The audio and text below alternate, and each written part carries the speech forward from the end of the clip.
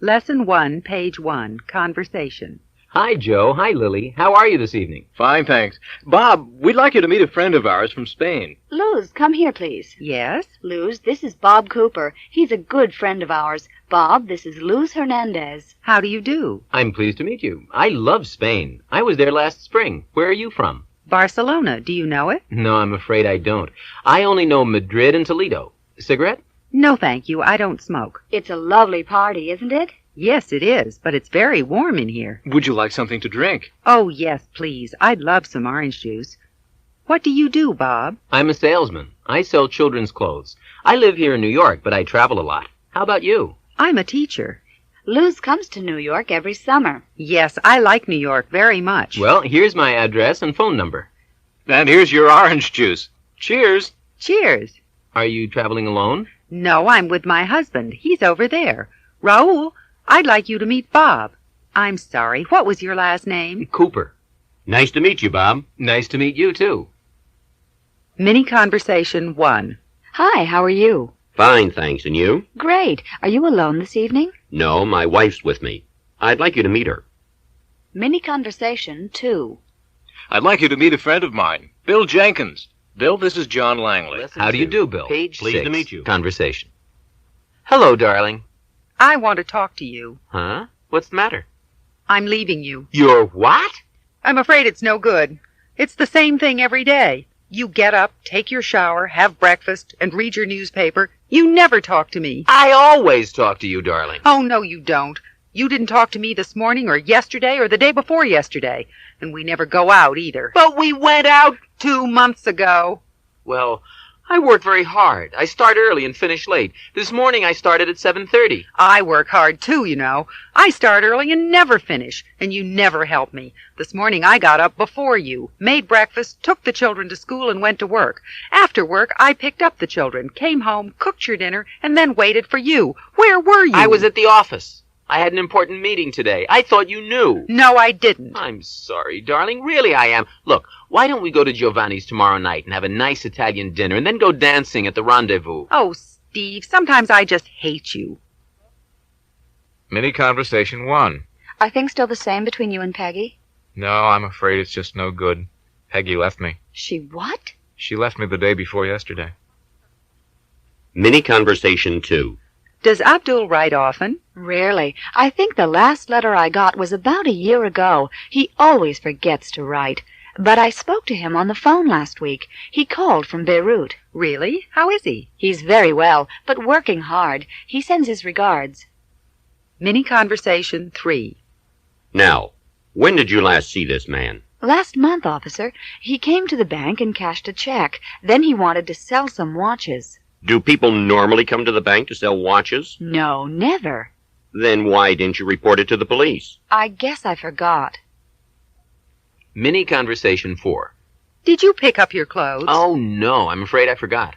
I need help around the house. I cook, clean, look after the children. I'm sorry, darling. Really, I am. Page 12. Conversation 1. Hello? Is this Mrs. Duke at 613 Bramley Street? Yes, that's right. Are you watching television, Mrs. Duke? Yes, I am. May I ask what channel? 13. Good. This is Bob Taylor at Channel 13. Do you often watch my show? Oh, yes. We always watch your show. My husband and I enjoy it very much. Is he watching with you? No, I'm afraid he's taking a bath now. May I ask what soap he normally uses? I only buy Brand X. We use it all the time. Great. Now, Mrs. Duke, may I ask where you and your husband are going on vacation this year? Oh, it's too expensive to travel nowadays. Well, not this year, Mrs. Duke. Brand X Soap is giving you and Mr. Duke a trip to the Greek islands and 4,000 Q. Congratulations. They're giving us a trip? Terrific. Conversation 2. Here are your tickets and passports. Now, don't forget them. And please check in early and go through passport control immediately.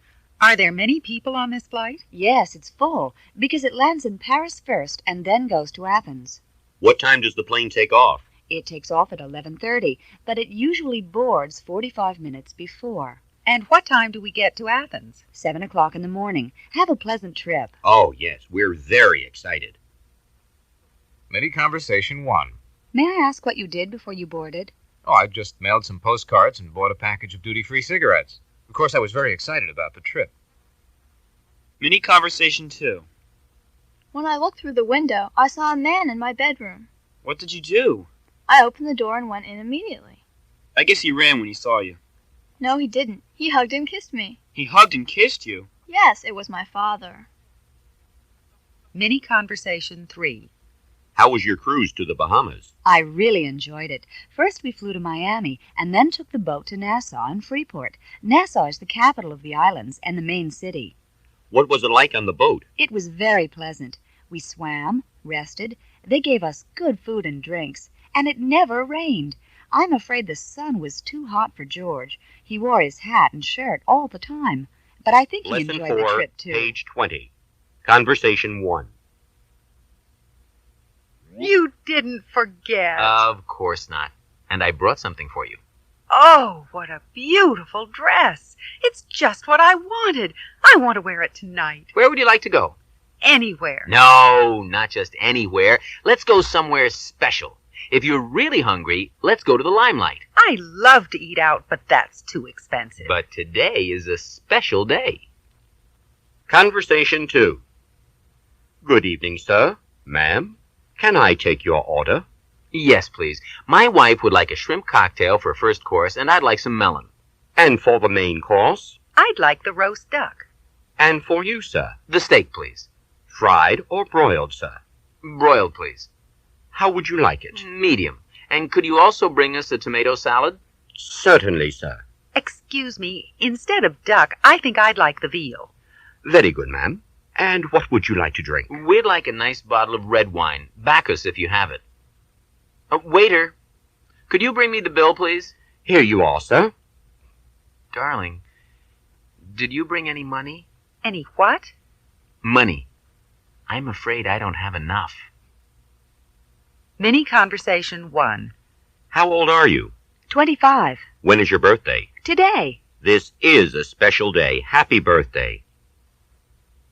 Mini Conversation 2. Can I take your order, sir? Yes, please. I'd like the lamb. Rare, medium, or well done? Rare. And I'd also like some French fries. Certainly, sir. Mini Conversation 3.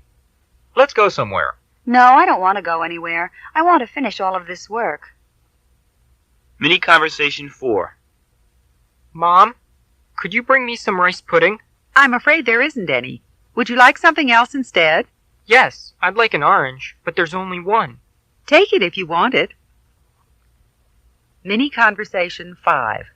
Why didn't you make a birthday cake for Pete? Because I didn't have enough butter, and you weren't here to buy any. I really had my hands Lesson full. 5, page 29. Conversation 1. Good morning. I'm looking for Mr. Williams. Could you tell me where his office is? Yes, you go down this corridor, turn left at the stairs, and it's the third door on the right. Are you Mr. Williams? Yes, I'm Paul Williams. Oh, I'm afraid I have the wrong person. I'm looking for Mr. Jack Williams. Jack works on the 3rd floor. Many people make the same mistake. Conversation 2. Excuse me, could you tell me how to get to the university?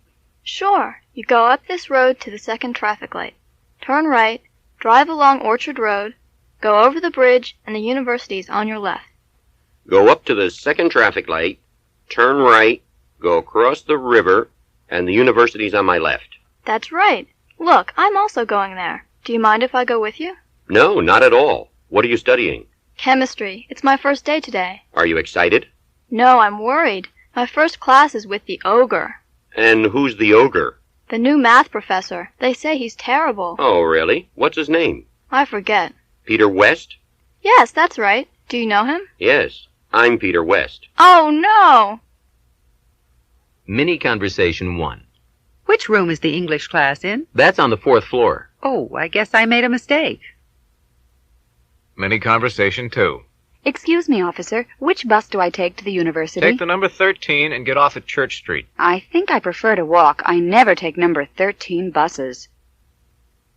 Mini Conversation 3. Excuse me, is there a laundry near here? Yes, turn here and there's one just around the corner. Mini Conversation 4. Excuse me, How do I get to the library? It's up this road, on the corner of Main and Market Streets, opposite the Lesson museum. 6, page 36. Conversation. Now, Rex, what are your plans for the future? Well, I'm going to make a new movie here at the studio, and I'm going to get married. That's wonderful news. Who's the lucky girl? Lydia Russell. She was in my last movie. And when's the wedding? We aren't sure yet. Maybe in July. Are you getting married here in L.A.? Yes, we are. Could you tell us something about the wedding? Sure. My new movie's going to be about the wedding. That's very interesting. Yeah. I'm going to call it The Wedding of the Century. You see, the guests are going to be the actors. I'm going to have 12 cameras in different places. How many guests are you going to have? Over 500. Lydia and I, open car. Behind us, there are going to be 5 cars with the best man and the ushers and bridesmaids. Also a truck with a band. All the guests are going to be along the street. Everybody's going to wear old-fashioned clothes. It's going to be fantastic. I'm sure it is. I guess you're going to have a beautiful reception and a wedding cake. Sure we are. We're going to have an enormous cake about 5 meters high. It's going to have stairs, and we're going to stand on top of it for photographs. Where are you planning to go on your honeymoon? I'm not going to tell you that. That's a surprise. Mini Conversation 1. Everybody loves your new house. Yes, it's in a beautiful area. You're lucky. How big is it? It's over 250 square meters. I hope you're enjoying the place. Oh, sure. But sometimes it's a little boring, I'm afraid. Mini Conversation 2. What's in that enormous box? It's a surprise. Are you sure? Sure, I'm going to give it to you on our honeymoon. Fantastic. Mini Conversation 3. Are you going to finish at the university this year? I hope so. Do you intend to start work immediately? No, I don't think so. I'm planning to take a vacation first. What are your plans for the future? Are you going to stay here? Maybe. I hope to find a job here. And are your parents coming to live with you? I don't know yet, but I really hope not. I plan to get Lesson married 7, next year. Page 44. Conversation 1. Good morning. My name is Peter Jackson. I have an appointment with Mr. Lawson. Mr. Lawson's expecting you. Go right in. Hello, Jackson. Good to see you. Please sit down. Thank you. Now, what can we do for you? I'd like to apply for a job. You used to work for Progress, right? Yes, I used to, but I don't anymore. Why did you leave the company? Because they didn't pay me enough. I see. And why are you leaving your present job? Because I'm still not earning enough. Well, salaries in this business are low, Jackson. But fill out this application form. Maybe we have something for you. Conversation 2. How many words a minute can you type? About 80. That's very good.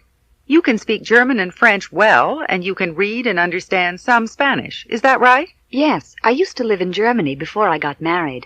Can you take shorthand in German and French? Yes, I can. And can you travel? You see, sometimes we need someone to go to Europe for us. Oh, I'd love that. When do you think you can start? Immediately. How about today? Mini Conversation 1. I have an appointment with the personnel manager. 1 minute, please. Mrs. Jones, someone is here to see you. Fine. Send him right in. Mini Conversation 2. Hello. What can I do for you? I'd like to apply for a job with your company. Please sit down. Can you type? Yes, I can. About 75 words a minute. And do you take shorthand? Well, I used to. I'm sure I can still do it. I'm a hard worker. And how much do you expect to earn? My present salary is low. Only 2,000 Q a month. I'd like 2,500. I can understand that. But you know, this business doesn't pay very high salaries. Mini Conversation 3. Hi, good to see you. How did the band play last night? Very badly. The music was too loud and the place was terribly noisy. I just can't enjoy that kind of evening. Mini Conversation 4. Does Pablo still sing so loudly? I didn't know he could sing. Oh, yes. He used to sing and play the guitar. I guess you didn't enjoy it, right? No, but what could we do? Lesson He 8, lived with us. Page 52. Conversation. Chris Daly and Monica Wright are talking with Claude Chappelle, a famous reporter, about his life. Someone said you were born in Jakarta. Is that right? Yes. On April 1st, 1920. My parents worked in a hospital there. But you didn't live in Indonesia very long, did you? No. My parents died when I was 6, and I went to live in Paris with an uncle. I started primary school the following year. The La Rochelle School, wasn't it? No. That was the second. First, I was at the Montparnasse, but I hated it. Our teacher used to hit us a lot, and I was always in trouble. You went to high school in Munich, didn't you? Yes. When I was 14, Uncle George got a very good job with a company in Munich, so we went to live there. And I got my first job, too. I worked for a travel agent. I used to look after the French tourists. I guess that was terribly exciting for a young boy, wasn't it? No, it became very boring. Always the same places and the same story all the time. Ladies and gentlemen, on your right you can see this or that church, and the famous writer Mr. X was born over here in this house. So I left and went to work for a newspaper. Then the war came in '39, and I became a reporter. You were in Russia, weren't you? Yes, I was. I learned to speak Russian, you know. I could type it, too, and very fast. You can still speak it, can't you? No, I'm afraid I can't say anything in Russian anymore. But I'm boring you, aren't I? I don't... Oh, no, not at all. Your life is so interesting. Mini Conversation 1. Someone told me Anne's going to become a manager in her father's company. She isn't, is she? She's so young, and she still has a lot to learn, doesn't she? She sure does, but I guess her father doesn't think so. Mini Conversation 2. How did Mike get the job? You know how it is. His aunt is a famous writer, so she Lesson got it 9, for him. Page 60. Conversation 1. Were there many people at the Kane's reception? Yes, there were. There were people everywhere. Who was there? Everybody was there. There was Wilbur Reed. Wilbur Reed? That crazy millionaire who always brings his cat. Oh, who else was there? There was Pamela Mitchell, the famous movie star, and Billy Miles. You remember him. I don't think so. Of course you do. He's the one that used to bring his snake to school. Oh, yes. And one day somebody put it in Miss Pringle's purse. I remember him now. We used to call him Snake Man. Ouch! What's the matter, Julia? Why are you walking so slowly? It's my foot. Tiny stood on it. Who's Tiny? That enormous man who's a friend of the Kanes. You know, the boxing champion. I'm sure he weighs over 150 kilos. Conversation 2. Why didn't you come to the political meeting Wednesday? I just don't like politics. You know that. And I hate politicians. But why? Did anything exciting happen? No. But I can't understand you, Jack. You never go anywhere or meet anyone who can help you. So many important people go to those meetings. A few were there Wednesday. Even Paul Hope was there. Who's Paul Hope? Oh, Jack, you are funny. He's just the man who's going to be our next prime minister. Mini Conversation 1. What are you looking for? My glasses. Maybe I'm crazy, but I thought I put them somewhere on this table a few minutes ago. Now I can't find them anywhere. And I can't see anything without them. How do you expect to find them, then? Mini Conversation 2. There's somebody at the door. Please see who it is. There wasn't anybody there. Nobody? No, no one. I think you made a mistake. Mini Conversation 3. Do you enjoy your house in the country? No, I hate it. Nothing happens. There's nobody to talk to, nothing interesting to do, nowhere exciting to go. It's awful. Yes, in the city there's always somebody to talk to, and there's usually something to do or somewhere to go, isn't there? I don't know. In a big city, everyone's too busy. They never talk to anyone else or do anything or go anywhere, and it's dirty everywhere, and everything's too noisy. I guess there's nowhere really nice anymore, is there? Mini Conversation 4. I went out with someone really exciting last night. Anyone I know? Marilyn Thompson. I remember her. Isn't she the girl with glasses who likes politics so much? Yes, we met her at that political meeting last spring. She hopes to be prime minister someday. She's even a fantastic politician now. She likes everyone. Lesson 10, page 67, Conversation 1. Hi, Teddy. Did you have an accident? Yes, it happened while I was working. Someone broke my finger. What happened? Well, I was going into the bedroom when suddenly this woman woke up. I tried to run, but it was too late. Then I thought she was going to kill me. Then while I was lying on the ground outside, I looked up and saw the number on the door. It was 13 Edison Avenue. But that's Mrs. Kim's address. She's a karate champion. I never go to her house. Well, now I know. Next time I'm going to choose the people I rob very carefully. Conversation 2. What can I do for you, ma'am? I want to report a robbery. Your name and address, please? Lucille Snob, 35 Weston Drive. Now, Can you tell us what happened?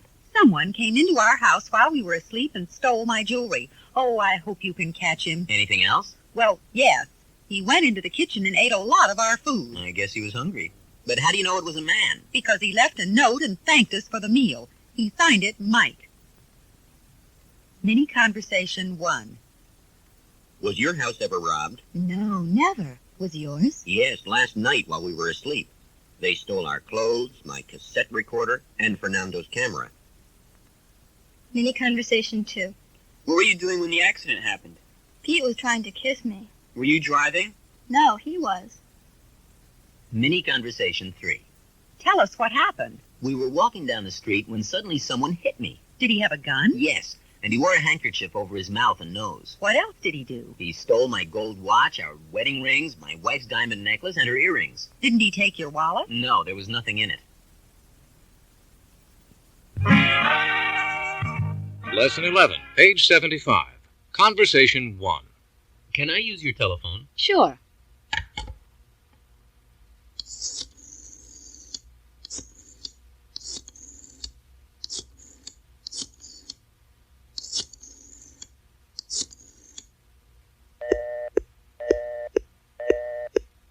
The line's busy.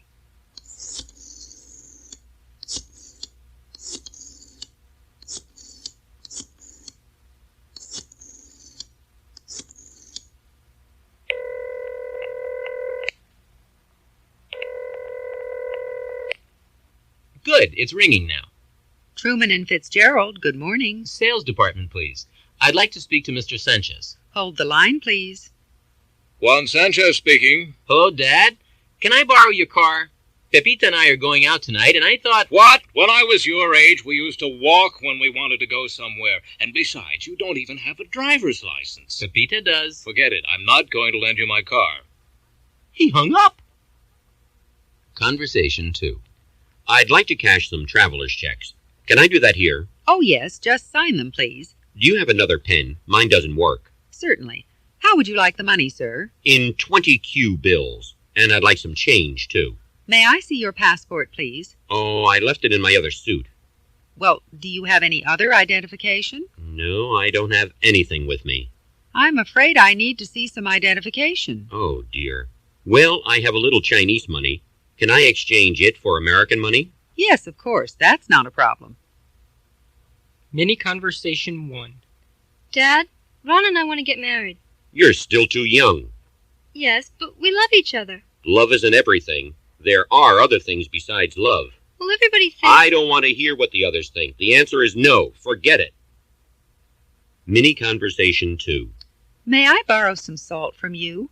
I was on the phone all afternoon and forgot to go to the supermarket. Certainly, Mrs. Sponge. And can you lend me some sugar, too? Yes, I can lend you salt and sugar, but not another thing.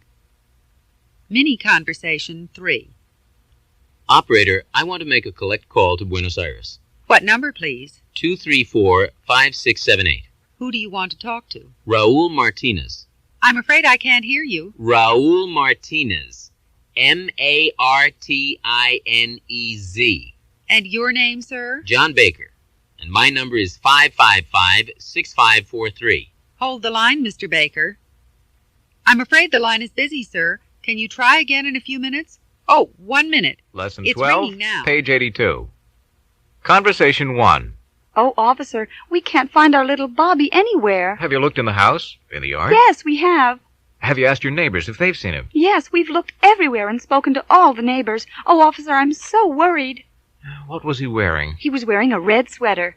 What color pants? No pants. No pants? How old is Bobby? He's only 18 months. Now, don't worry, Mrs. Fredder. We're going to find your baby. Our baby? But Bobby isn't a baby. He's our dog. Conversation 2. My boss is coming tonight. This party needs to be a big success. Do you understand? Yes, Dad. Now, Alan, have you cleaned the yard and fixed the fence? Yes, Dad. I've already done it. Good. Jenny, have you washed all the dishes and the ashtrays? Yes, Dad, I've just finished. Fine. Darling, have you ironed my shirt? Of course I've ironed it. And have you? Bought the wine? Oh, dear, I forgot. Mini Conversation 1. Have you ever been to Honduras? No, I haven't. Have you? Yes, I have. I just came back from there.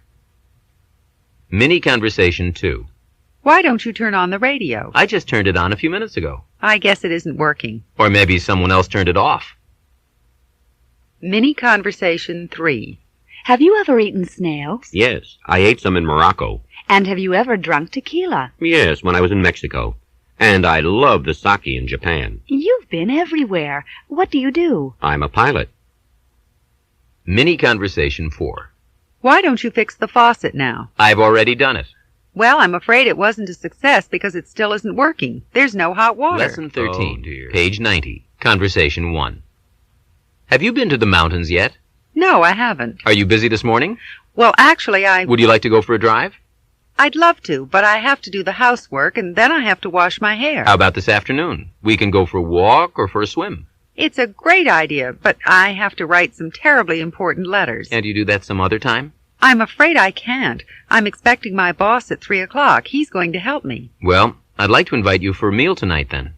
That's really very kind of you, but unfortunately I have a date tonight. I'm going out with my boss. I just couldn't refuse. I'm awfully sorry, Hans. Maybe another time. Conversation 2. Hello, Ingrid. This is Teresa. Hello, Teresa. We missed you last night. I'm terribly sorry, but Ken's sick. He felt awful when he got home, and I had to call the doctor. What's the matter with him? Nothing serious, I hope. No, fortunately not. The doctor thinks he's just working too hard. He's going to have to stay home for a few days. I'm sorry I didn't call last night, but I was so worried. That's quite all right. I understand. I'm sure he's going to be fine soon. Thanks for calling, and give my regards to Ken. Mini Conversation 1. Hello, darling. How do you feel today? Fine, just fine. Do you love me? Of course I love you. Even if I did something wrong? What have you done? I had an accident with your car. Was it serious? No, fortunately I was driving very slowly. Mini Conversation 2. Ron, I'd like to invite you for dinner on Saturday night. I hope you can come. I'm afraid I have to refuse. I have another invitation for Saturday. Perhaps some other time, then? Yes, of course. Mini Conversation 3. What do you have to do this afternoon, darling? I have to pay the electric bill and the water bill. What? Haven't you paid them yet? No, I'm awfully sorry, but I forgot. Well, that's quite all right, if they aren't too late. Mini Conversation 4. Where have you been? I had to take Charles to the airport. He's gone to Indonesia. Is he coming back soon? Unfortunately, he has to be there for a year. Oh, what a shame. I'm going 14. to miss him. Page 96. Conversation. Ralph and Doris have just come back from a trip in the country. They are talking to Kevin and comparing two towns that they visited, Boswell and Highland Springs. Which did you prefer, Boswell or Highland Springs? Well, some things were better in one place, others were worse. But we liked them both. Have you been there? No, never. I just loved Highland Springs. It isn't as busy as Boswell. It's cleaner, healthier, and the people are more relaxed. And much friendlier. Is the cost of living higher in Boswell? No, we found that things actually cost less there. That's strange. It's normally more expensive in bigger towns than in small places. Yes, but unfortunately, Highland Springs has become very popular with tourists, so everything is less expensive in Boswell. What's the weather like in that area? It's much nicer in Highland Springs. You never know what to wear in Boswell. When we first arrived, we couldn't understand why everybody carried umbrellas. But we soon found out. Yes, when we left the hotel the next morning, it was beautiful and sunny, and suddenly it became cloudy and began to rain. So the weather's very changeable. Yes, from wet to wetter. Mini Conversation 1. What kind of washing machine do you have? Brand X. Oh, it's the same as mine. Yes, but yours is a newer model. Well, they say you can't compare them because the older models are so much better than the new ones. You can wash much more in them. Mini Conversation 2. I don't understand why you think Benny is going to win the fight. Because he weighs more, he hits harder, and he's smarter than Clint. Well, Clint is certainly a lot more popular than Benny. I don't know why. He's not as good. Page 103. Conversation 1. Now, Mary, what's the matter? When I breathe, I get this pain here in my chest. How long have you had it? Since last week. Does it hurt a lot? No, not really, but I feel something there. Take off your dress, Mary, and lie down. Let's have a look at you. Have you met any good-looking boys lately? Why do you ask that? What's wrong with her, Doctor? I think it's her heart, Mrs. Moore. It's nothing serious, is it? No, I don't think so. I think maybe your daughter's in love. Conversation 2. How long have you had this cough? For 2 days. And the fever? Since yesterday. Does your body hurt? Oh, yes. My back, my legs, and I have an awful headache. I'm afraid it's the flu. Do I have to take anything? Yes. Here's a prescription. Take 2 of these tablets every 4 hours. You must go to bed immediately, and you mustn't get up before Monday. Monday? But the Lions are playing the Tigers on Sunday. I can't miss it. And after you go to the game, you're going to feel worse. I'm sorry, Mr. Clark. You're going to have to watch it on TV. Mini Conversation 1. Hi, Fred. I haven't seen you for a long time. Where have you been? I've been in the hospital. I had an operation. How do you feel? Well, I'm still breathing. Mini Conversation 2. How's your stomach this morning? Much better, thanks. Oh, I'm glad. But you must stay in bed for another day or 2, and you mustn't eat too much. But, Doctor, I haven't eaten anything since the day before yesterday. Mini Conversation 3. Have you had that terrible disease that everyone's getting? Yes, unfortunately I have. I got terribly sick. How long does the treatment last? It lasts for about a month, and it's worse than the disease. But you got well. That's the important thing. One Lesson of my 16, friends died. Page 112. Conversation 1. Now, Mrs. Abdallah, what brand of toothpaste do you use in your home? Brand X. I've used it for years. I used it before I got married, and now my whole family uses it. Have you tried other brands? Yes, but they aren't as good. Brand X is the best toothpaste I've ever used. I'm glad to hear that. Yes, it has a better taste, it makes your teeth whiter, and it gives you the cleanest breath you've ever had. And what do you think of the price? It's certainly the least expensive brand on the market. Thank you, Mrs. Abdallah. Conversation 2. Nice, isn't she? Beautiful. I just love her style. Yes, it was love at first sight. Are you happy with her? She's the very best. I've been everywhere with her. And has she ever given you trouble? No, not really. Is she comfortable? Much more comfortable than the others. And expensive? Oh, no. She's the most economical car on the road. Mini Conversation 1. What do I smell? I'm cooking. It sure smells good. What is it? Shrimp. And if you like the smell, you'll love the taste. Would you like some? Yes, please. Man, that tastes delicious. That's the best shrimp I've ever tasted. Mini Conversation 2. Bless you. Thank you. It's the worst winter we've had for a long time. I have a cold, too, and I've had it for more than a month now. But I don't have a cold. It's the dust in the air. Why don't you buy a Lesson vacuum 17. cleaner then? Page 118. Conversation. Can I help you, sir? Yes, please. I want another room. I'm afraid we don't have another room free right now. Is anything wrong? Yes, the shower isn't working. Why don't you take a bath instead, sir? That's another problem. There's no hot water. Oh, dear. I am sorry, sir. But don't worry. We'll do our best. Charlie, take some hot water up to 201. And I'll need some soap. There isn't any there. I'll send some up immediately. Charlie, some soap, too. I'm terribly sorry about that, sir. It won't happen again. Well, I hope not. And can someone change the towels? They're dirty. Charlie, don't forget some clean towels. There are none in 201. I apologize, sir. Look, I must complain to the manager about the service in this place. I'm the manager. I see. This is a 4-star hotel, isn't it? Oh, no, sir. We don't have any stars at all. Then why do you have those 4 stars outside? That's just our name, sir. The Southern Cross. Mini Conversation 1. Can I help you, ma'am? Yes, I want to complain about these towels. I bought them here 3 weeks ago, and just look at them. They're no good at all. Do you have your receipt? Yes, here it is. I'll talk to the manager. I'm sure he'll exchange them for you. Mini Conversation 2. Darling, will you do the dishes? I have to go now. Of course I will. I hate to see you go out. Will you be late? I'm afraid so. I don't think I'll be home before midnight. All right. Goodbye, darling.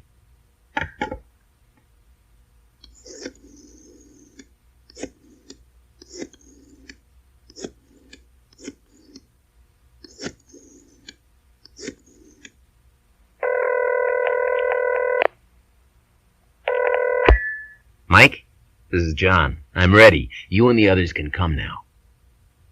Mini Conversation 3. My shoe is broken. Can you fix it for me? Sure, miss. I'll do it as soon as possible. But I need it now. I'm in a terrible hurry. All right. I'll do it in just a minute. Mini Conversation 4.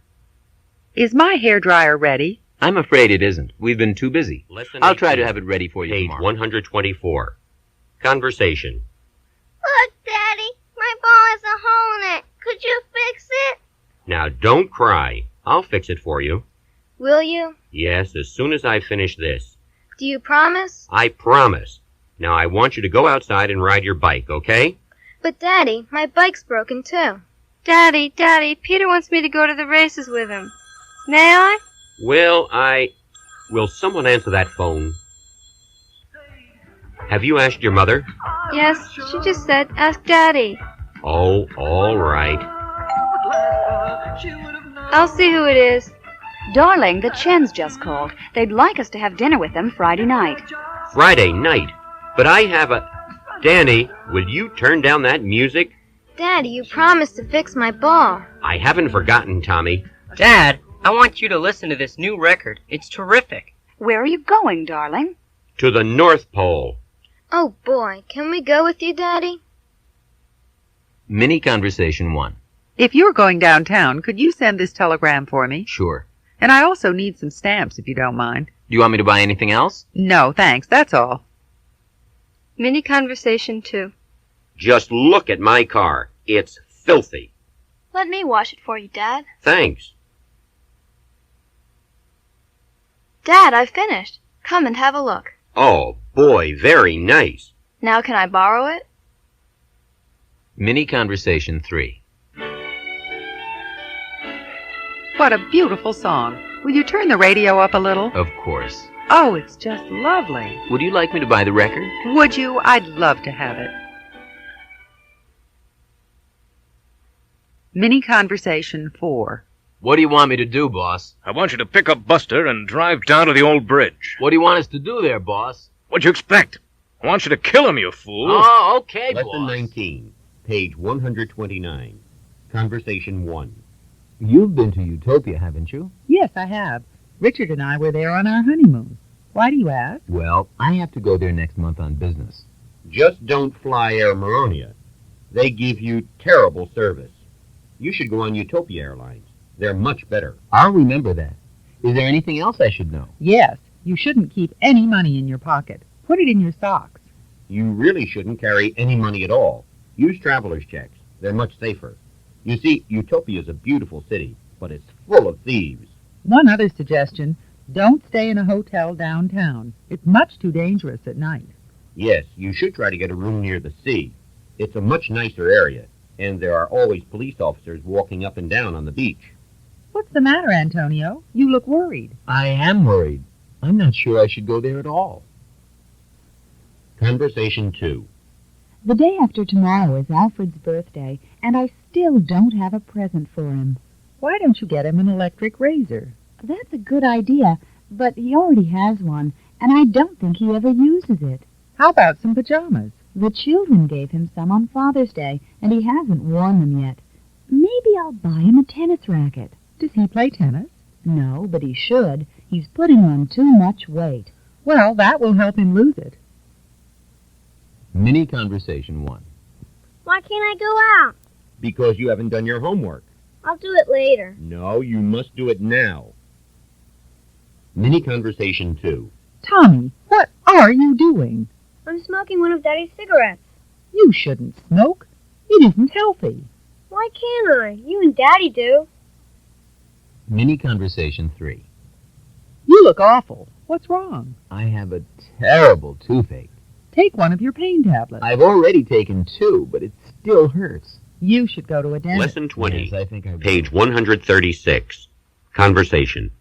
Hi, Margaret. How are things? Terrific. What's new? I have a new boyfriend. Really? So do I. I got tired of Wilbur. We never went out. Neither did we. We just sat at home and watched TV. So did Wilbur and I.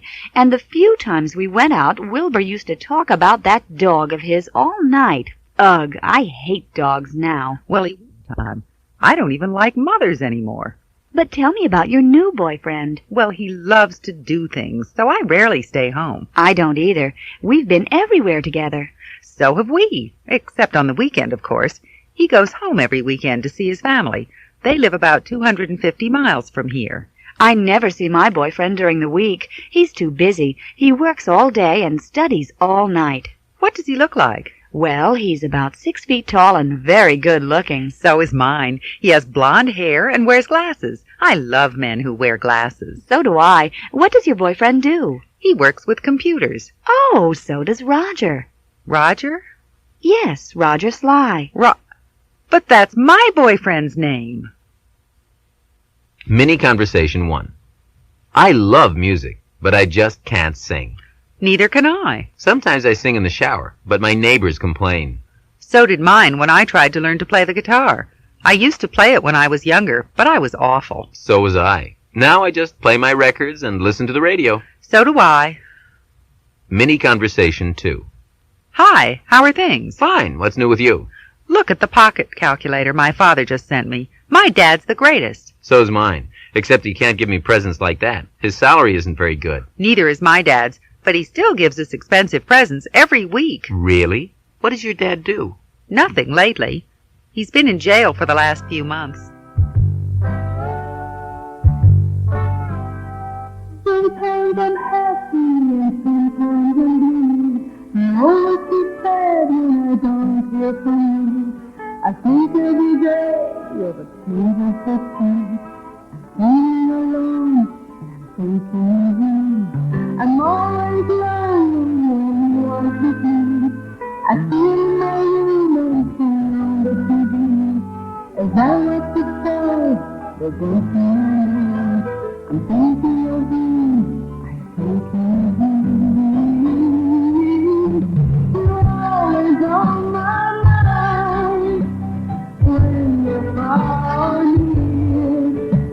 You know my love is blind when I have you here.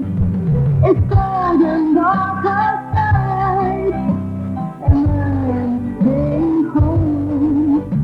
I'm feeling very sad, 'cause I'm alone. Sometimes I'm happy, sometimes I'm blue. I always feel sad when I don't hear from you. I think every day of a table for two. I'm feeling alone and I'm thinking of you. I'm always lonely when you work with me. I sit in my room and turn on the TV. 'Cause I like to show there's one thing I know. I'm thinking of you. I'm thinking of you. You're always on my mind when you're far near. You know my love is blind when I have you here. It's cold and dark outside, and I'm staying home. I'm feeling very sad, 'cause I know, 'cause I know.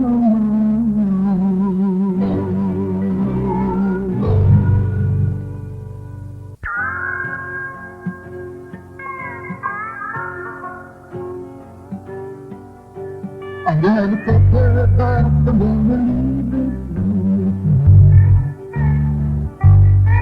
I've gotta find a place where you and I can settle down.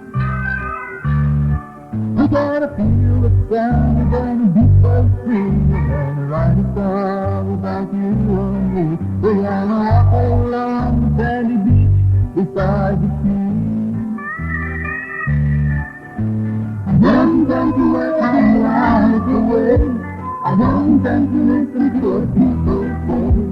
I don't tend to buy for money every day. I just gotta be what I want to be.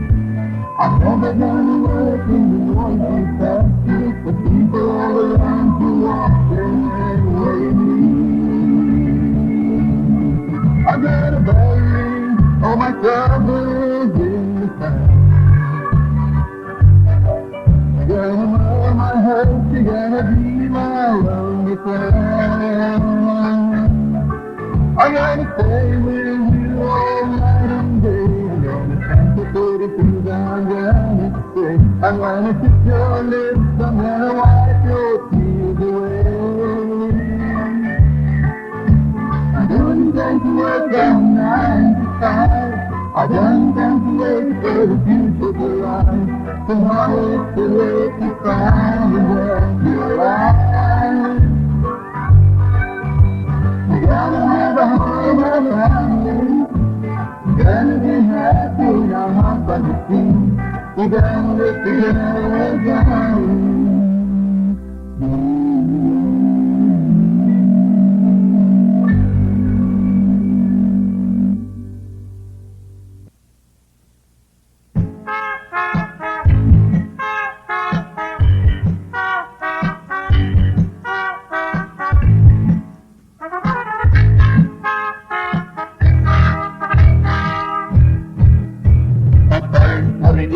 When they were 16, they didn't get married and they wore no ring.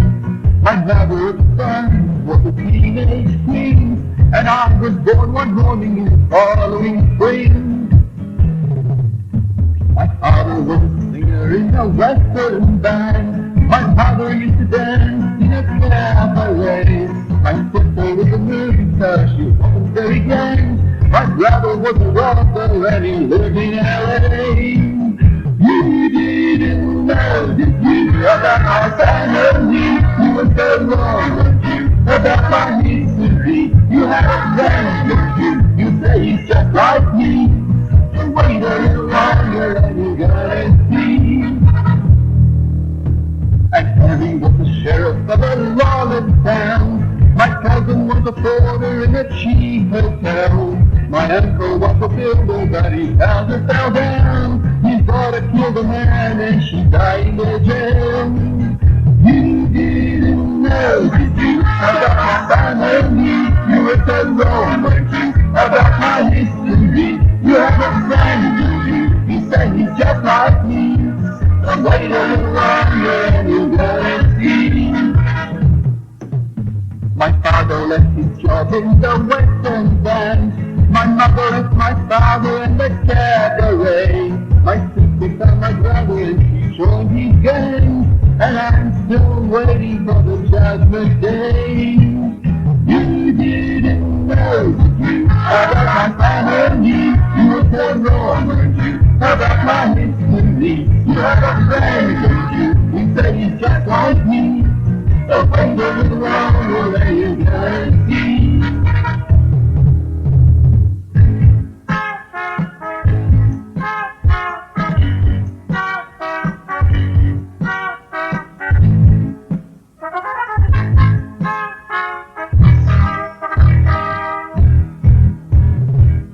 You didn't know, did you, about my family? You were so wrong, weren't you, about my history? You have a friend, don't you? You say he's just like me. So wait a little longer and you're gonna see. You didn't know, did you, about my family? You were so wrong, weren't you, about my history? You have a friend, don't you? You say he's just like me. So wait a little longer and you're gonna see.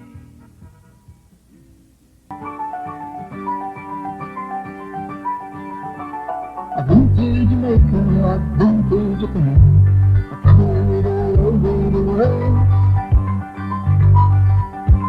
I've gone on a ship and I've flown with the moon, and I've never come down in the gold. I studied in Paris when I was 19. I looked so happy there.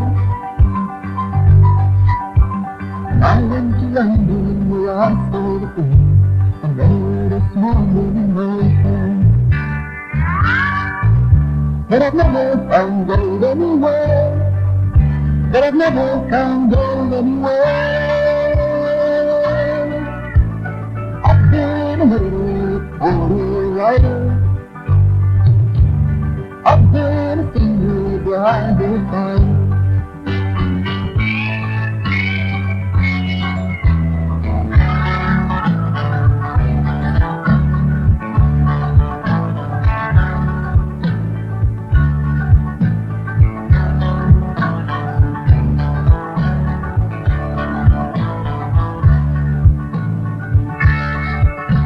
When I finished school, I worked in the bank, and I fought in a terrible war. I thought I was lazy and gave me no rank. When I left, I worked in school. But I found it a terrible boy. But I found it a terrible boy. I've been a little rider. I've been a singer behind the fire.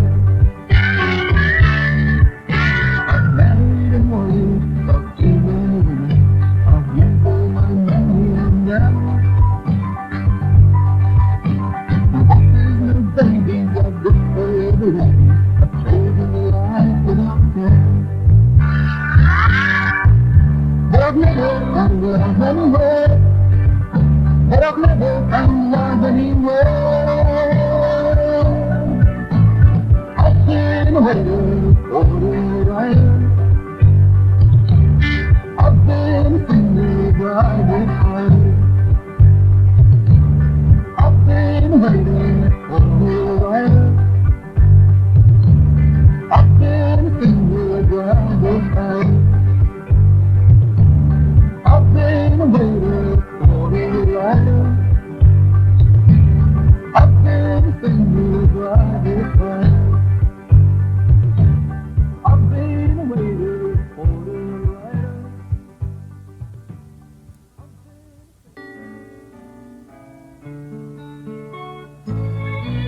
It's colder and clear, it's better and tasty than all the things that I've had. It's heavier than water, it's lighter than butter, and much more delicious than bread. So guess what it is?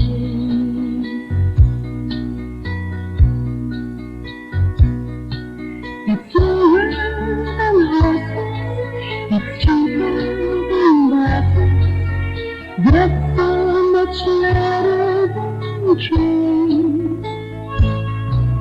It's faster than it's easier to tame than on a bike or a train. So guess what it is? Blood is curtain wine, lemon with herbs line. Honey's the sweetest thing you can find, and secrets are best in your mind. Diamonds are bright and gold, troubles are heavier than lead, and the years go by much faster than light. And people are better when they're dead. It's colder and cleaner, it's better and tastier than all the things I've had.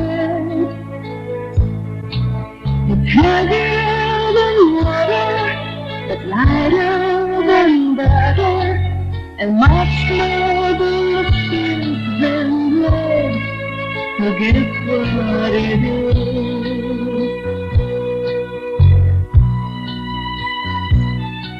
It's lower than horses, it's cheaper than buses, not so much louder than trains. It's better with one arm, it's easier to see you, and on the back when you sing, and it's what it is. Yeah, it's a good line, then you're paralyzed, and it's the sweetest thing you can find, and secrets are lost in your mind. Diamonds are brighter than gold, troubles are heavier than lead, and the years go by much faster than light. Some people are better when they're dead.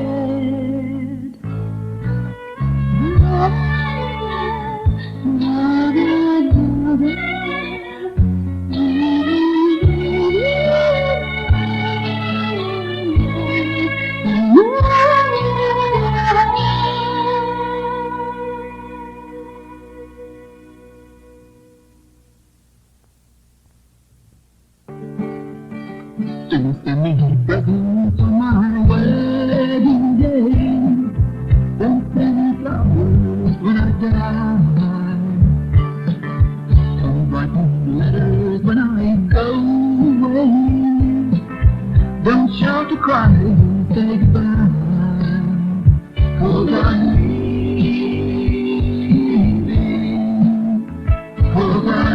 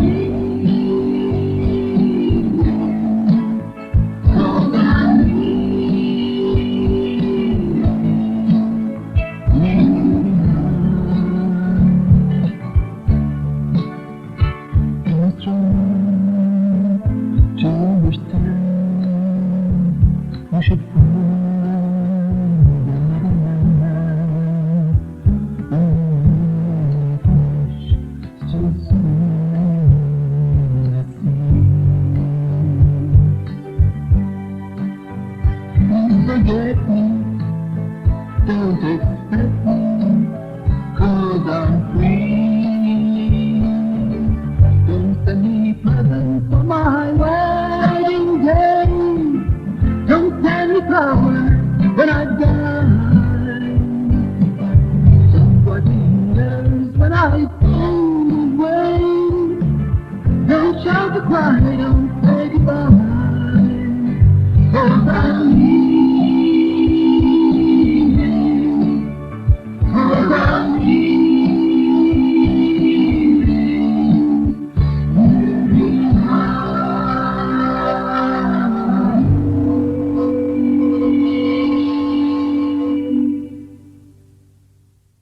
Lesson 7, page 46. Conversation.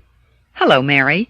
Is it true you're going to leave us? Maybe, but it still depends on Jack's interview. If he gets that job, then we'll have to move to Boswell. You're going to miss Highland Park, aren't you? Oh, definitely.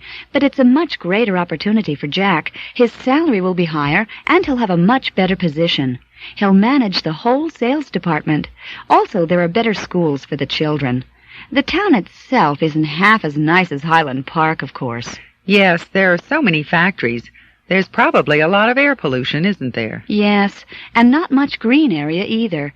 But that's life, I guess. Are you going to stop working? I believe I'll have to at first, but I intend to go back to work as soon as we settle down.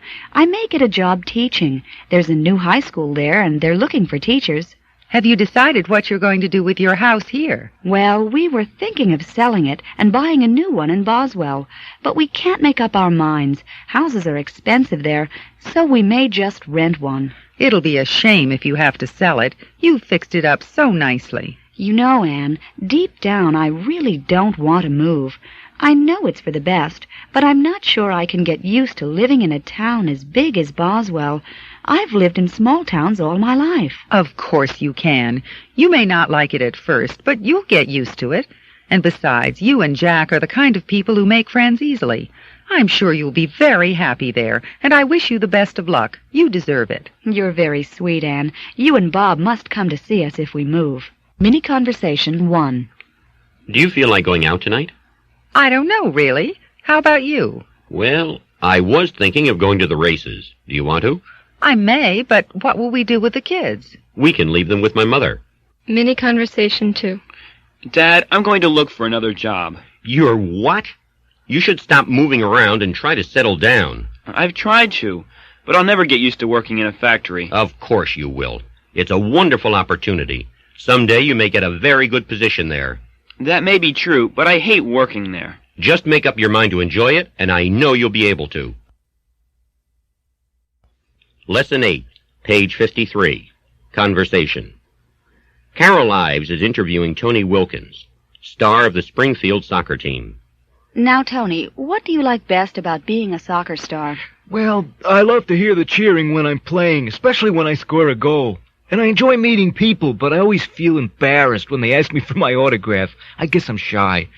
And, of course, the pay is good. Do you get nervous? Before the game, yes, but not during it. Can you tell us something about your training? Well, we train very hard, especially before a big game. The team has to stay together on the road, sometimes for weeks, and I find that very boring. Are you worried about tomorrow's game? No. Even if we lose, we'll probably still get the cup. You see, we've scored more goals than Northern City, so they'll have to win by at least 4 goals if they want the cup. I don't think they can do it. Thank you, Tony, and good luck tomorrow. Hello, folks. This morning I talked to Tony Wilkins, star of the Springfield soccer team. I asked Tony what he liked most about his job. He said he loved to hear the cheering crowds. He said he enjoyed meeting people, but he felt that signing autographs was very embarrassing. Tony told me the pay was good. I believe his salary is over $1 million a year now, so he should be able to save a little for the future. When I asked him if he ever got nervous, he said he did, but never during a game. I then asked him to talk about the training he does. He said he trained very hard, especially before an important game, but he found being on the road very boring. When I asked him about tomorrow's game, he said he wasn't especially worried because Northern City wouldn't get the cup unless they won by 4 goals. Tony didn't think they could do it, and I really don't either. Mini Conversation 1. Where's Sophia? She isn't here. Did she say what time she'd be back? No, she just said she had a doctor's appointment, and that she was going to be late. Well, when she comes back, tell her I asked for her. Mini Conversation 2. Is the engine in good condition? Yes, it is. And can Charlie fix the radiator? He said he could. Terrific. When will he do it? He said he'd do it after lunch. Fine. Mini Conversation 3. Who does the coach think is going to win? He says the winning team will be the one that scores the first goal. Why does he say that? Because the losing team usually gets nervous and their playing becomes careless. Well, good luck. I hope you score first. Lesson 9, page 61. Conversation. Is anybody home? Up here.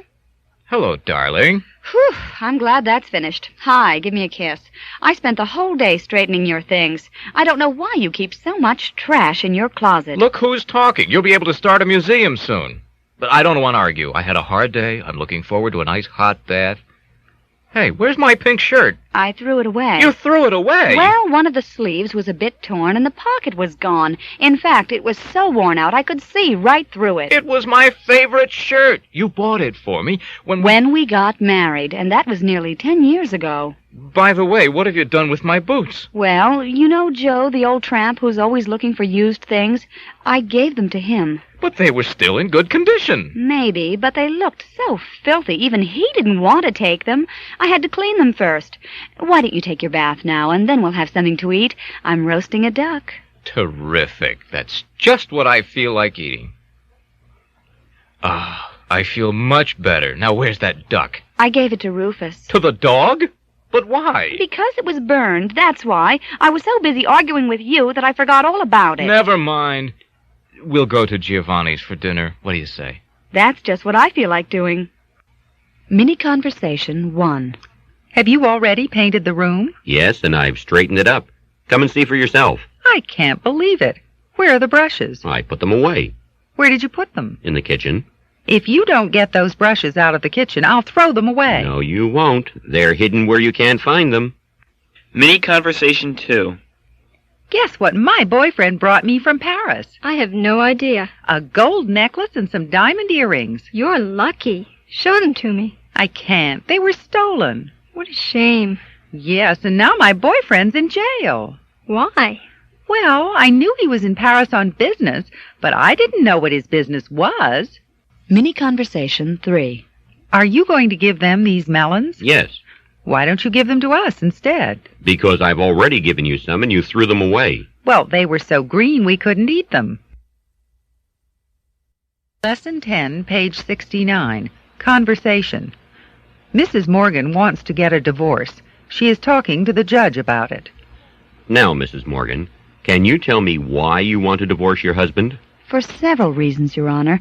We've been living together for 5 years now, and I've gotten to the point where I just can't stand it anymore. Go on. Well, it started soon after we got married. Fred lost his job, and he's been without one ever since. I mean, he's been working off and on, but he hasn't had anything steady. He's worked in a few places because I went and got him the jobs. But he always does something wrong. On purpose, I think. He's just a lazy good-for-nothing. And do you work, Mrs. Morgan? Oh, yes, Your Honor. I've been working since I was 18. But I'm afraid I'm going to lose my job soon. I've been falling asleep at work, and it's all because of Fred. He snores so loudly that the whole house shakes. And when he doesn't snore, he walks in his sleep. Last Sunday night, he dreamed he was in a snowstorm, and he was freezing, so he went downstairs and lit a fire in the kitchen. Fortunately, I smelled the smoke and was able to put it out. I've had enough, Your Honor. Anything else? Well, on weekends, when I want a rest, he brings all his friends to the house and they sit and watch soccer on TV or play cards until late at night. They make a terrible mess. I'm just fed up. But do you still love him? I don't know. Well, maybe. Yes, I guess so. But I can't live on love. Mini Conversation 1. How long have the scientists been testing that equipment? They've been testing it for several years now. They've tried it in fires, in storms. They've probably tested it over 1,000 times. Aren't they going to launch it soon? I mean, they've spent a terrific amount of time and money on it, and the market's ready for it. Not yet. They hope to develop a less expensive model first. Mini Conversation 2. How many letters have you typed? 2. But you've been typing for hours. Yes, but I only use 2 fingers. Mini Conversation 3. That's a thick book you're reading. What's it about? World history. I've been reading it for a week. Do you like to read? Yes, but I prefer science fiction, especially about spaceships, astronauts, wars between planets. Well, I'm happy to stay down here on Earth. Lesson 11, page 77. Conversation 1. What are you looking at? At that bright light in the sky. It looks like a plane. It can't be a plane, not at that speed. It must be something else. I wonder what it is. Look. It touched the ground. It stopped. It seems to be coming this way. It's coming closer. Do you hear that strange noise? It sounds like bees. Oh, Frank, I'm frightened. There's no reason to be frightened. It's probably a... Good gracious, a UFO! Frank! Frank, where are you? Conversation 2. Brain of lamb and tooth of dog. Eye of bird and blood of frog. Bone of man and tail of rat. Skin of snake and fur of cat. I wonder if our recipe's going to work. Well, it smells nice and it looks delicious. Let's taste some. You taste it first. No, you. Listen, someone's coming. I can't hear anything. It looks like Matilda. Yes, that's who it is. Are you thinking what I'm thinking? Yes. Hello, Matilda. Hello, you two. You certainly look happy. Yes, we're so glad to see you. How about a bowl of soup? You must be hungry after your journey. Yes, that sounds like a good idea. Here you are, dear.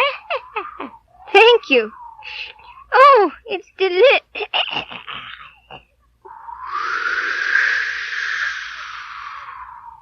Mini Conversation 1. Bob's as busy as a bee. He studies during the day, works as a waiter at night, and still gives guitar lessons on the weekends. And how's your son? Not like Bob. In fact, he seems to be getting worse. I'm afraid he's just a lazy good-for-nothing. As a parent, I know how you feel. Mini Conversation 2. I had a terrible dream last night. I dreamed I was inside a UFO alone with this thing. It had a frog's face and I could see through its head. The blood was moving in its brain. It had green skin, a tail, and fur on its hands. It was horrible.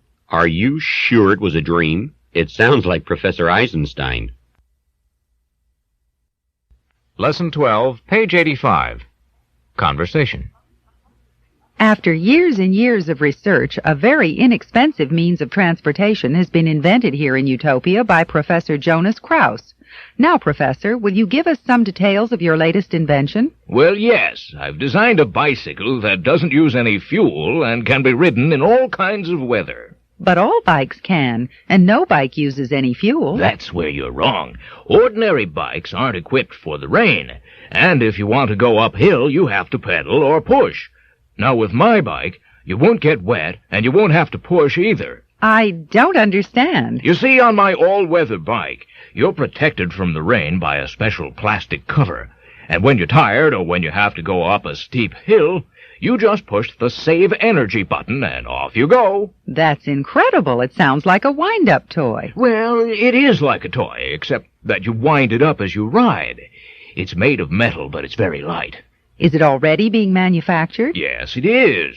It's being made right here in Utopia. When do you expect to have it on the market? The first model will be launched in June. For now, it'll just be sold here, but later we hope to export it. How many models will be available? At first, just one, but others will be produced soon. Maybe 4, perhaps 5 other models.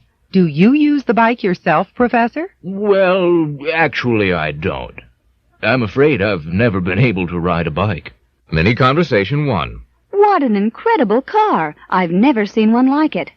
It's imported. And just look at those seats. Yes, they're not ordinary plastic. They really look like leather. Is it economical? I don't know. It isn't mine. Mini Conversation 2. And now we have Veronica. She's wearing a white nylon blouse and a lovely green cotton skirt, both designed by Lamartine. She has a blue wool jacket and wood shoes, Lamartine's latest. Aren't those shoes just stunning, dear? They look dangerous to me. Mini Conversation 3. This wine tastes a bit strange. It's made from apples. From apples? I thought wine was made from grapes. Well, this is a special wine. I make it myself. Lesson 13, page 93. Monologue 1. What would I do if I had 5 million Q? Man, what I could do with 5 million. First, I'd take a long vacation. I'd travel around the world and stay in the best hotels. Then I'd buy a large house with a swimming pool, just like in the movies. And I'd have 2 cars, one for weekdays and one for weekends. I'd invest some of my money in real estate, and I'd probably give some away. Of course, I wouldn't have to work anymore, but I suppose I'd be bored if I didn't. Perhaps I'd become a businessman. Monologue 2. If I were you, dear, I wouldn't fire Pablo. I'd give him another chance. He's been working for the company for a long time, and he's never given you trouble in the past. I'd talk to him, if I were you, and explain what's happening.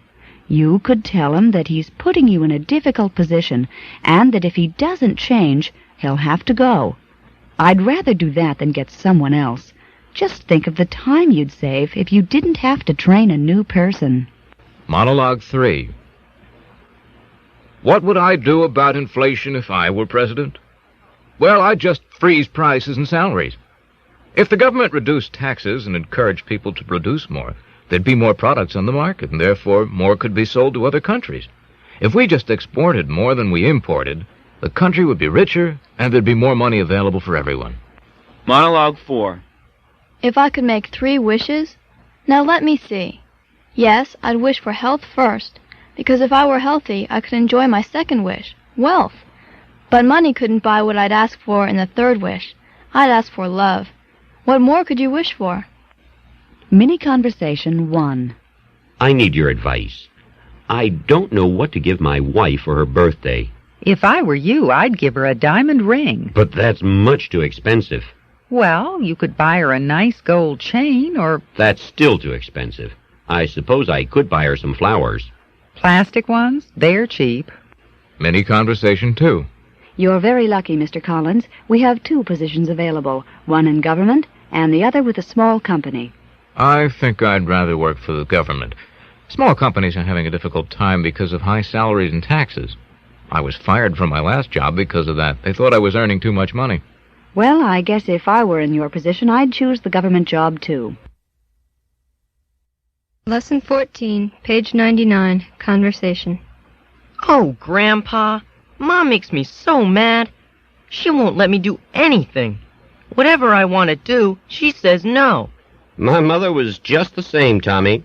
Whenever I'd planned something really interesting, she wouldn't let me do it. I wish mine would leave me alone and let me decide a few things by myself. Well, I guess mothers will be mothers. Of course, things were different when I was a boy. We'd wake up while it was still dark, milk the cows, and feed the chickens. Then we'd have a big breakfast and walk several miles to school. Why didn't you ride? You had horses, didn't you? Sure, but my father needed them for the farm chores. And just look at you. You get up a half hour before school, have something to eat, get on your bike, and off you go. And if it's raining, your mother drives you to school. I wish she didn't. My friends' mothers don't take them to school when it rains. You should be glad she does. We used to get to school late and wet. We'd apologize and explain why we were late, but the teacher would always make us stay after school anyway. And then when we got home, we weren't allowed to play. Oh, no. We had to help do the work, and then there was no time for anything else. Well, I'd rather play soccer this afternoon than mow the lawn. I'm sure you would. But thank goodness you have a lawnmower. We didn't have machines like that. We had to do everything by hand, and... Mini Conversation 1. I wish Grandmother would arrive. Don't worry, she'll get here in time. After all, she's never missed a train in her life, has she? I suppose not, but I hope she remembers her passport. The last time we traveled, she lost her bus ticket and they wouldn't let her on. Well, she'll probably forget something. She usually does. Mini Conversation 2. Why are you all dressed up? It's a special occasion, the event of the year. I was invited to Prince Rupert's wedding, didn't you know? Oh, I wish I could go with you. It would be a terrific opportunity to meet a lot of famous people. I'd be willing to take you with me, but I'm afraid they wouldn't let ordinary people in. Lesson 15, page 107. Conversation. Mr. President, would you tell us what you feel has been done by your government since you've been in office and what you plan to do if you're re-elected? Certainly. As you know, a lot of problems have had to be solved, but we've been very successful in solving them. Inflation has been reduced by 10%, unemployment is down, and there have been very few strikes during the last 4 years. But our industries complain that in order to reduce inflation and unemployment, foreign investments have been encouraged and special advantages have been given to investors. Yes. Tax advantages have been given to foreign companies for a number of years, but it had to be done. Otherwise, they wouldn't invest in our country. You have to understand that this is the price we must pay for development. What about agriculture, Mr. President? Well, more crops were planted last year than ever before, and 300 miles of new roads were developed in farm areas. Yes, farmers say that agriculture was encouraged, but at the same time, there were still high taxes on farm products. There had to be. That's the only way we could pay for the roads.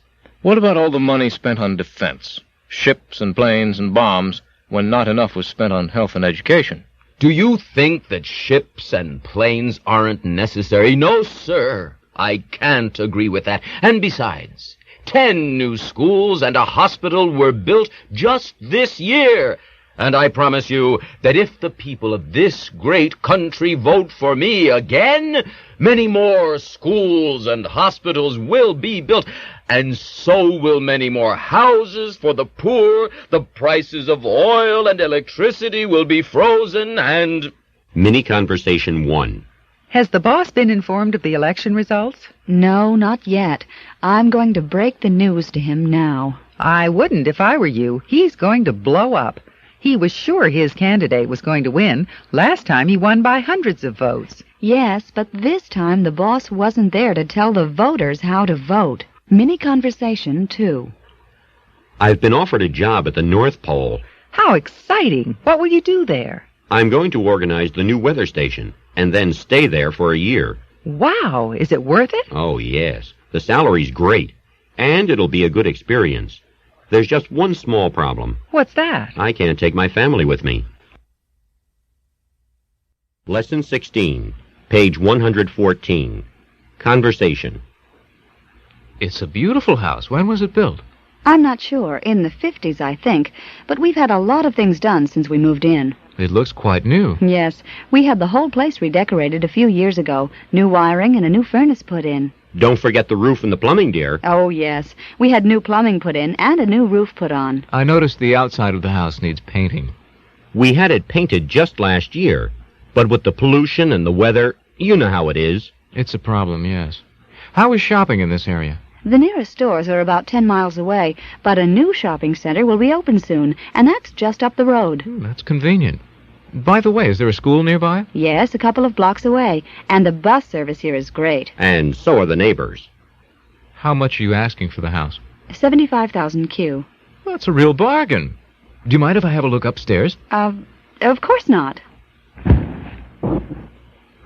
What's that noise? That's just Gregory. Gregory?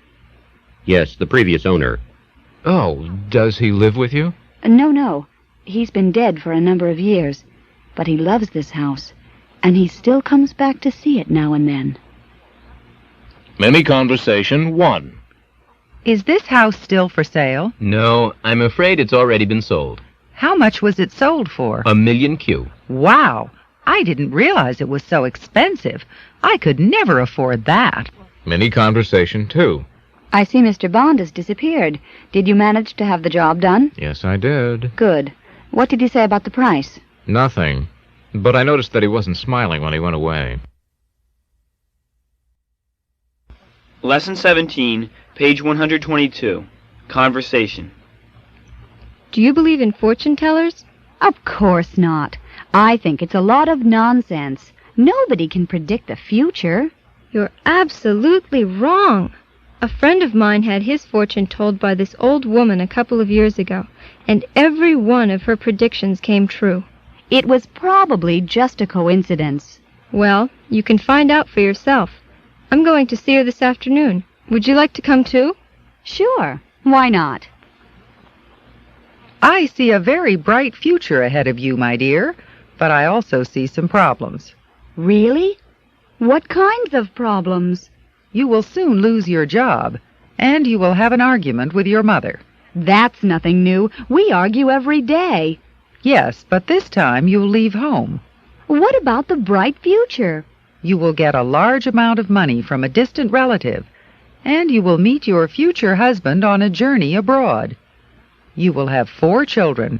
I see 2 girls and 2 boys, and you will have a long and happy life. Susan, this is Rita. I'm calling to let you know my new address. I've left home. I had a terrible fight with my mother. I'll tell you about it sometime. Yes, you must. And how's work? Not too good. I was fired. Good grief. How are you going to manage without a job and without your parents to help you? Very well, actually. A cousin of my father's died and left me a fortune. I'm leaving on a cruise to the Mediterranean at the end of the month. Now, do you believe in fortune tellers?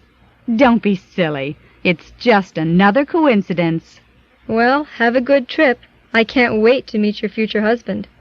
Mini Conversation 1. Do you think Johnny will come home from school this weekend? I'm sure he will. In fact, I'm absolutely positive. How can you be so sure? Because I didn't send him any money last week. Mini Conversation 2. I see children, a big house. How many children will I have? Let me see. You'll have... Oh, I'm afraid my crystal ball isn't very clear. Here's another 5Q. Please try again. Ah, yes, your future's suddenly very clear to me. You will marry a millionaire.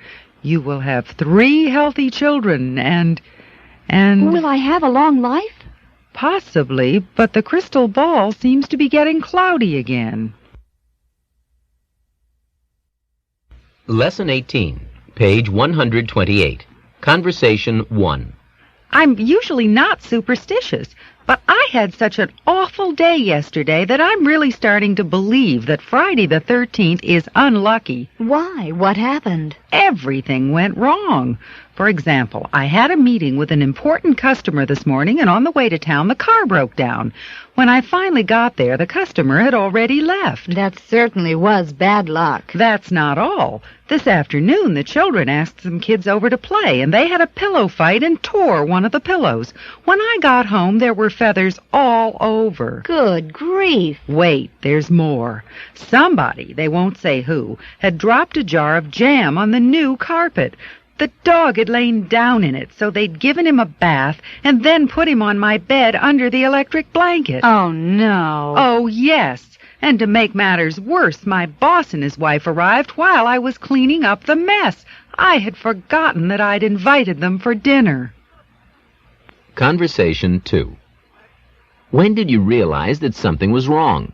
I noticed that the lock on Mr. Smith's office door had been broken, so I went inside to see what had happened. Did you touch anything? Just the phone. I tried to call the police, but someone had cut the wires. Hadn't you heard any strange noises? No, sir. But they blew up the safe. I can't believe that you didn't hear anything. I guess I was asleep. Mini Conversation 1. Pete's living in Utopia now. I didn't even know he'd moved. Yes, he wanted to study at the university there, but I don't know whether he will or not. I suppose he really moved there so that he could be with his girlfriend. Mini Conversation 2. Did you manage to talk to Mr. Bond? Yes, he told me to talk to Mrs. Wilson. So did you see her? No, she'd already left for lunch by the time I got there. Why didn't you wait for her to come back? Because you told me to get back here as soon as I'd spoken to Mr. Bond. Mr. Bond. Lesson 19, page 134. Conversation. Hey, Spike, what's wrong? Dirty Dan got my brother Sam. Somebody told on him. Maybe you did, Sneaky. Not me. I wouldn't do that to Sam. You know you can trust me, Spike. After all, we're friends, aren't we? You're such a liar, Sneaky. I was told that Dirty Dan was here. What did he want? Nothing, Spike. All right, boys, make him talk. Okay, I did it. I told. Please make them stop, Spike. I didn't have any choice. Dirty Dan said he'd kill me. What did you tell him? He asked me where Sam was, and I told him I hadn't seen him for months. That's all I told him, I swear, Spike. Did he ask about me? He said to tell you the town was his now and that you were finished. He said that when he found you, he'd break every bone in your body. Why, that lousy, good for nothing. Come on, boys, we have work to do. It looks like I finally started a war between Spike and Dirty Dan. I don't like getting beat up, but it was worth it. Ooh, ouch. Open up, Sneaky. This is the police. We know you're in there. What's the matter, officer? We're looking for Spike. I believe he's a friend of yours. Spike? I'm afraid I can't help you, officer. I haven't seen Spike for a long time. All right, men. Make him talk.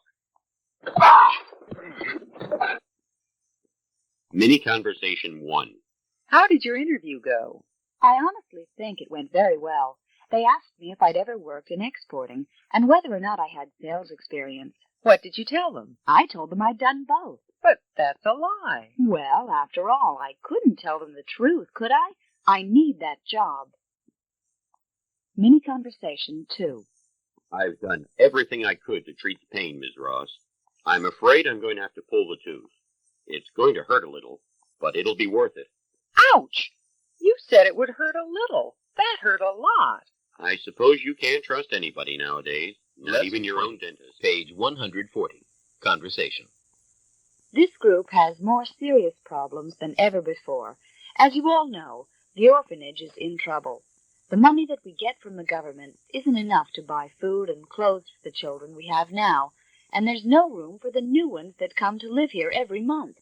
We need a new building, and we're going to have to raise the money ourselves to get one. Have you any ideas? I think we should talk to Mr. Hope. He's an important politician, and he may be able to do something. After all, it's really the government's responsibility. May I say something about that? Of course. I'm sorry to interrupt, but I've spoken to Mr. Hope before. He promises to help, but then he doesn't do anything. Well, in my opinion, we should just do it ourselves. Nobody else seems to care what happens to these poor children. I disagree. A lot of people care. Last year, 35 children were adopted. If you want my opinion, instead of building a new orphanage, we ought to try to find more good families who are willing to adopt. That's easier said than done. Why can't we go to all the hardware stores and ask them if they'll give us what we need? Hammers, nails, cement. Maybe we can get wood inexpensively from a lumber yard. And then, since unemployment is so high, perhaps we can find some carpenters who would be willing to do the work for very little. Personally, I don't think that's fair. Why should carpenters work for nothing? Don't worry. We wouldn't ask you. There are other carpenters in town besides you, you know. Now, wait a minute. That isn't what I meant. You know I'd do anything for the orphanage. I always have. But as far as I'm concerned, we can't ask people to work for nothing just because it's for a good cause. Listen, this group has always managed to do whatever was necessary for the children. The way I see it, if we're going to save the orphanage now, there's only one thing that can help us. We ought to pray. Oh, for heaven's sake. No, for the children's sake. Mini Conversation 1. Sorry to trouble you, but could you possibly lend me a screwdriver and a pair of pliers? Certainly. Here are the pliers, but I don't see the screwdriver anywhere. Oh, never mind. I'll manage without it. Thanks. Mini Conversation 2. In my opinion, Fred, I think you really ought to do something about that garage door for your neighbor's sake, if not your own. Why don't you mind your own business, Jim? I'm sorry. I was only trying to help. Mini Conversation 3. The way I see it, adopting a child is an enormous responsibility. No greater than having a child of your own. I disagree with you. An adopted child already has problems that are someone else's fault. With your own children, at least you realize where the problems came from. Oh, come on. Nobody understands kids' problems, his own kids or anybody else's.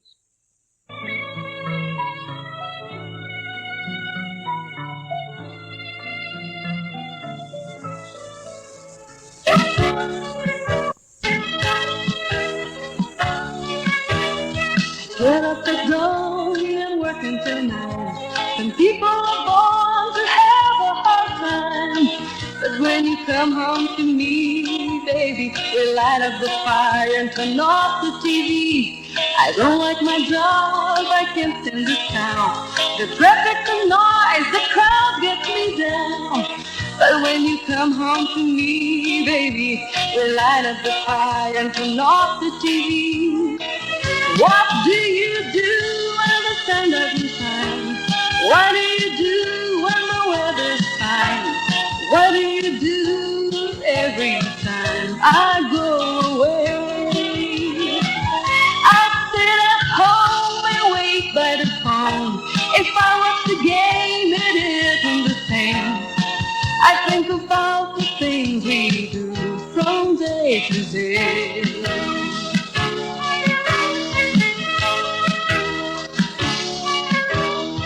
Whenever I'm mad, I cry for a while. Whenever I'm sad, I think of your smile. But then you come home to me, baby. We light up the fire and turn off the TV. Wherever I go, whatever I do, whoever I meet just reminds me of you. So whenever I'm free, baby, I light up the fire and turn off the TV. What do you do when the sun doesn't shine? What do you do when the weather's fine? What do you do every time I go away? I sit at home and wait by the phone. If I watch about the things we do from day to day.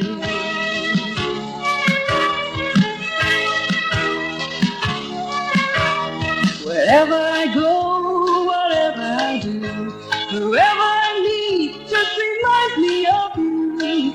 So whenever I'm free, baby, I light up the fire and turn off the TV. Oh yeah, I feel so free when you're with me. Oh yeah, I feel so free when you're with me. Oh yeah, I feel so free when you're with me. Oh yeah, I feel so free when you're with me. Yeah, I feel so free when you're with me. Yeah, I feel so free when you're with me. Oh yeah.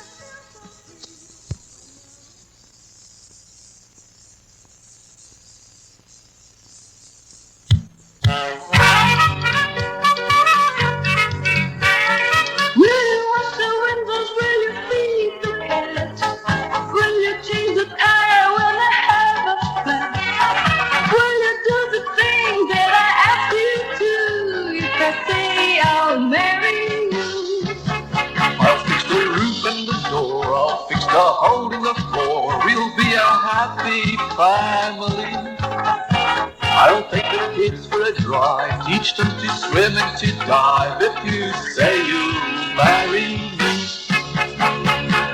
will you take the dog out for a walk at 3? Will you make my breakfast, lunch, dinner and tea? Will you love my parents and my brothers too? If I say I'll marry you, I'll bring you breakfast in bed, a cup of tea, eggs and bread. I'll watch your programs on TV. I'll keep your feet warm at night. I'll make everything alright. If you say you'll marry me, will you think of me when you're far away? Will you write me? Will you call me every day? Will you scratch my back? Will you hear my plea? If I say I'll marry you, I won't complain about your pipe. neither will I.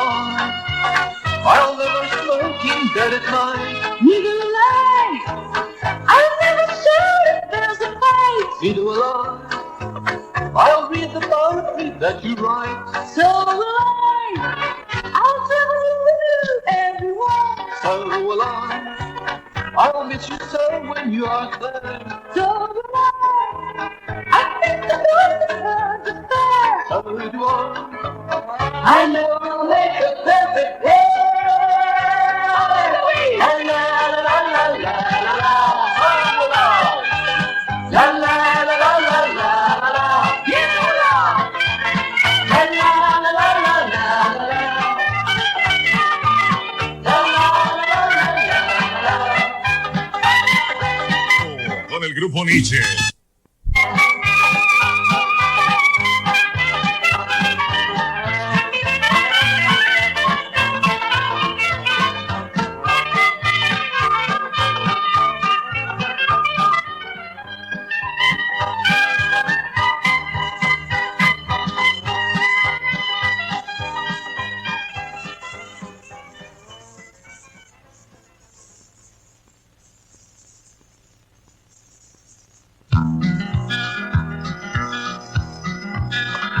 Hello, honey.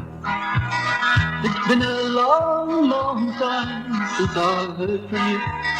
It's been a long, long time since I've been with you. You've been living lonely in my heart.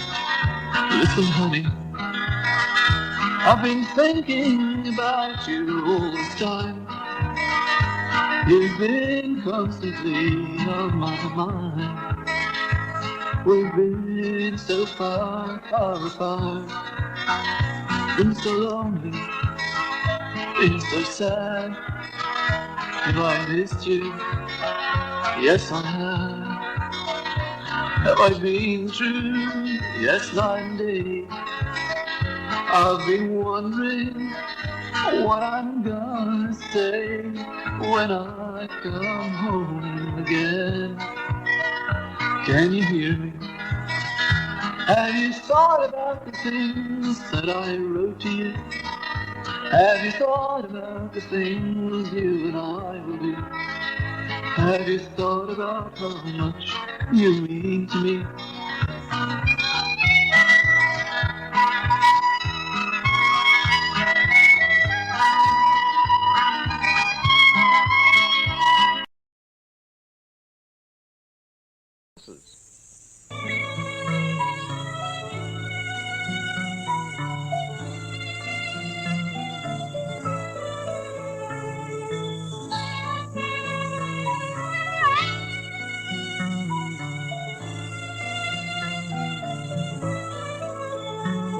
I wish I were a mighty queen.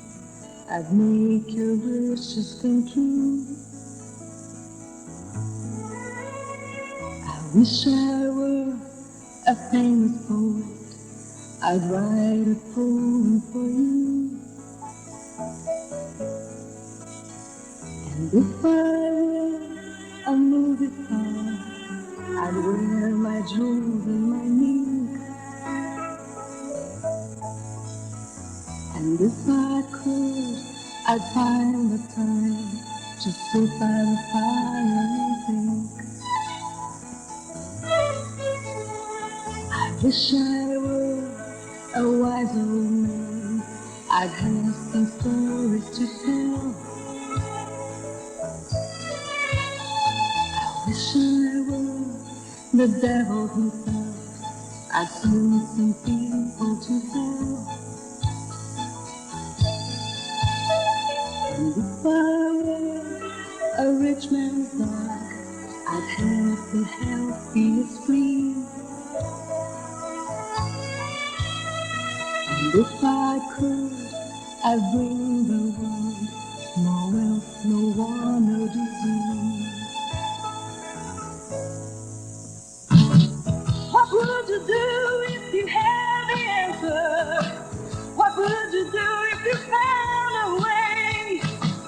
What would you do if you had a chance to be a happy man or a millionaire? To be an astronaut and fly through the air? To be an old sailor coming home from the sea? To be my sweet love and belonging to me? I wish I were a hummingbird. I'd teach my young ones to fly.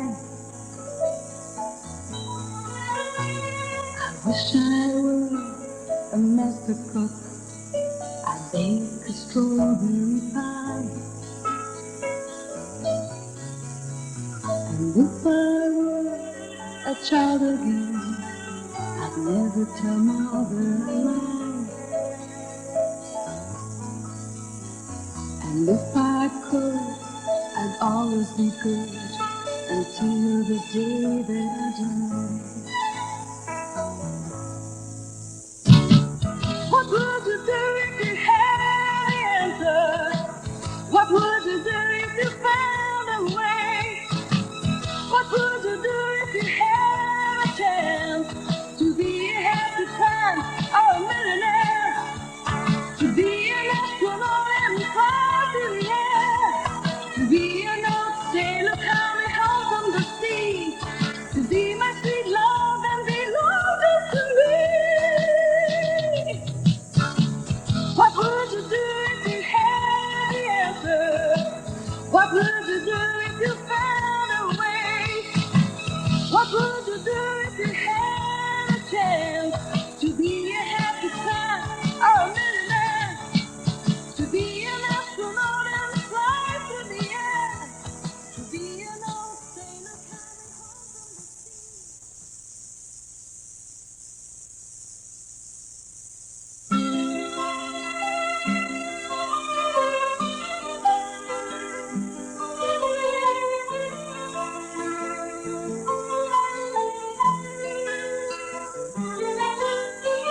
My children will be grown someday,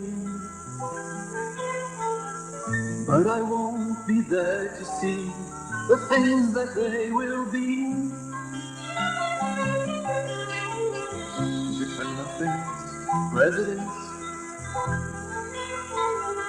but I know I won't be there to take them by the hand,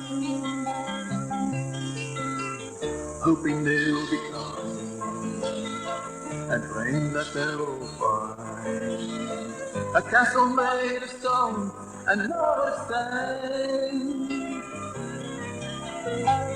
Will they be just what I want? Will my dreams come true? If I could predict that someone knew,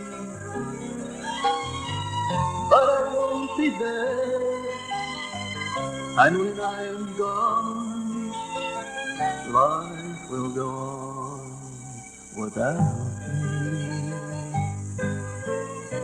My children will be grown someday, but I won't be there to hear the things that they will say. I wonder if they'll understand the things I've wished for them when they're on their own. Will the dreams I've known help them carry on and bring love and light to their own home? Will they be just what I want? Will my dreams come true? If I could predict that someone knew, but I won't be there, and when I am gone, life will go on without me.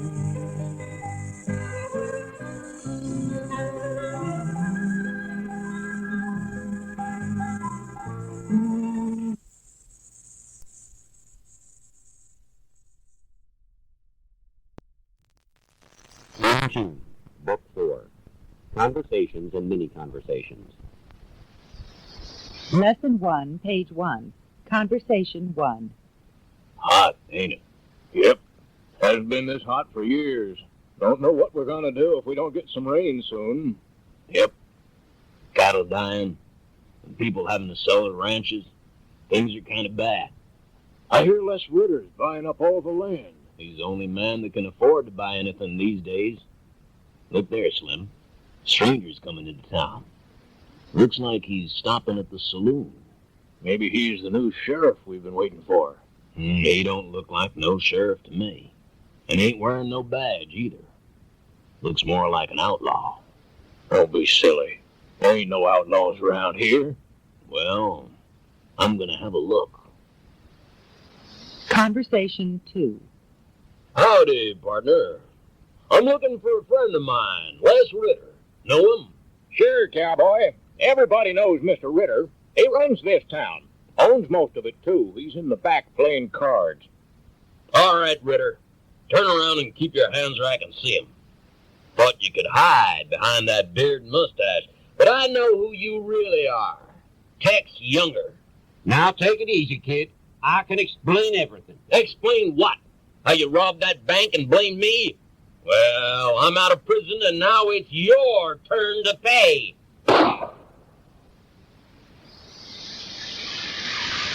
I always wondered how Les Ritter got so rich. Yep. Didn't help him much in the end. Nope. Crime don't pay. Nope. Mini-Conversation 1. How does the movie end? Well, the hero shoots the outlaws, and then he marries Molly. I knew that would happen. I'm glad I went to bed early. Mini-Conversation 2. It's kind of dusty in here. Maybe that's why I'm so thirsty. Would you like a glass of lemonade? Sure. My doctor says that's the best thing to drink when you're thirsty. I think you made that up. Mini-Conversation 3. Just look at those poor lions. They look so sad in those cages. Do you blame them? If your life were that dull, you'd be sad too. It's quite common for wild animals to be sad when they're kept in cages. If they were free, they could hunt, especially now. Lesson 2, page 11. Conversation 1. Can I have your attention for a minute? Please be quiet, everybody. Please, everybody shut up.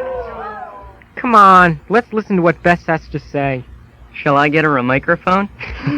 Don't be silly, just listen. I have an important announcement to make. You're getting married. I give up. Don't get so upset, Bess. We were only kidding. What's on your mind? Well, Mr. Ford is retiring next month, and I think he deserves a farewell party. He certainly does. Where shall we have it? How about a restaurant? No, that's too expensive, and there wouldn't be enough room anyway. Why don't we have it outside on the lawn? No, let's have it inside just in case it rains. We could have it in the school auditorium. We could use the lights and the stereo equipment. Great! We'll tell Mr. Ford that we're putting on a play and ask him to watch our rehearsal. When the curtain goes up, we can all shout surprise! Conversation 2. Surprise! Speech! Speech! Well, I'm not very good at making speeches, but I'd like to thank all of you for this wonderful party. I'm very grateful to you. You make me realize that I chose the right job. I'll miss teaching, and I'll miss all of you. Oh, dear, I think I'm going to cry, so I'll just say thank you again. 3 cheers for Mr. Ford! Hip hip, hooray! Mini Conversation 1. Dad finally got his degree. Really? What an accomplishment for a man of his age. It certainly is. Mr. Ford gave a little speech about the meaning of education and said that Dad had been one of the most active students he'd ever had. Was your father embarrassed? No, not at all. He made his own speech about the true meaning of retirement. Mini Conversation 2. Oh, Mom, I flunked my test. What's everyone going to think? Don't worry about what others think, dear. Your father always said, failure today, success tomorrow. One who can lend once had to borrow. I was afraid you'd be upset. Well, it's useless to cry about it. You'll just have to work a little harder. Of course, if you don't pass the next time, I guess you'll have to look for a job. Lesson 3, page 18. Conversation. Mike, Sue, we wish you both a lot of happiness. Have a safe trip, and don't forget to write. Alone at last. Slow down, Michael. You're driving way over the speed limit. Don't worry, there's no traffic around here. That's not the point. It's dangerous to drive over 55, and we don't need to hurry. We have a whole month ahead of us. What's that noise? What do you think it is? It's the police. What's the matter? Can't you read? It says 55 miles per hour on that sign. You were doing 75. Gee, officer, I didn't realize I was going that fast. Yeah, sure. I'm gonna have to take your license. If you want it back, you'll have to come to the station and pay a fine. But, officer, we just got married and we're on our way to Mexico for our honeymoon. I need my license and the money to get there. Why didn't you think of that before? Can't we talk this over? It'll sure spoil our honeymoon. I couldn't care less. Please, officer, let us go. I promise to drive from here on. Well, all right, lady. I'll do it for you. It's a wedding present from me. It serves you right. Oh, come on, honey. Let's not have a fight.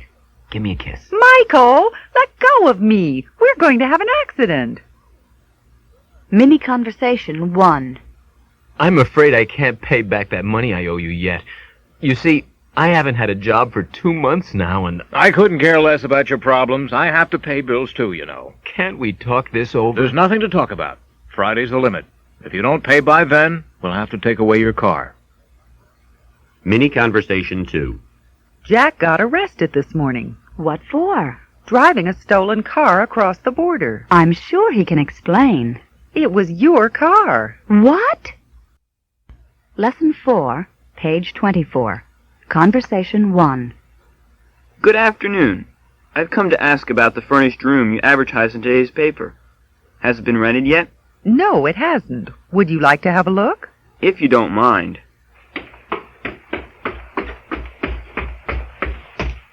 Here it is. It's warm and sunny, and it has a nice view of the highway.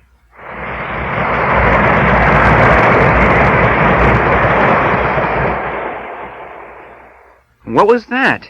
Oh, that's just the train. The tracks are right over there. Public transportation in this area is really very convenient. I I was looking for something a bit more peaceful. You'll get used to it. And your roommate, Mr. Slaker, is a very nice man. You mean I'd have to share the room? Wasn't that in the ad? Oh, dear, I guess I forgot. But there's only one bed. That's right.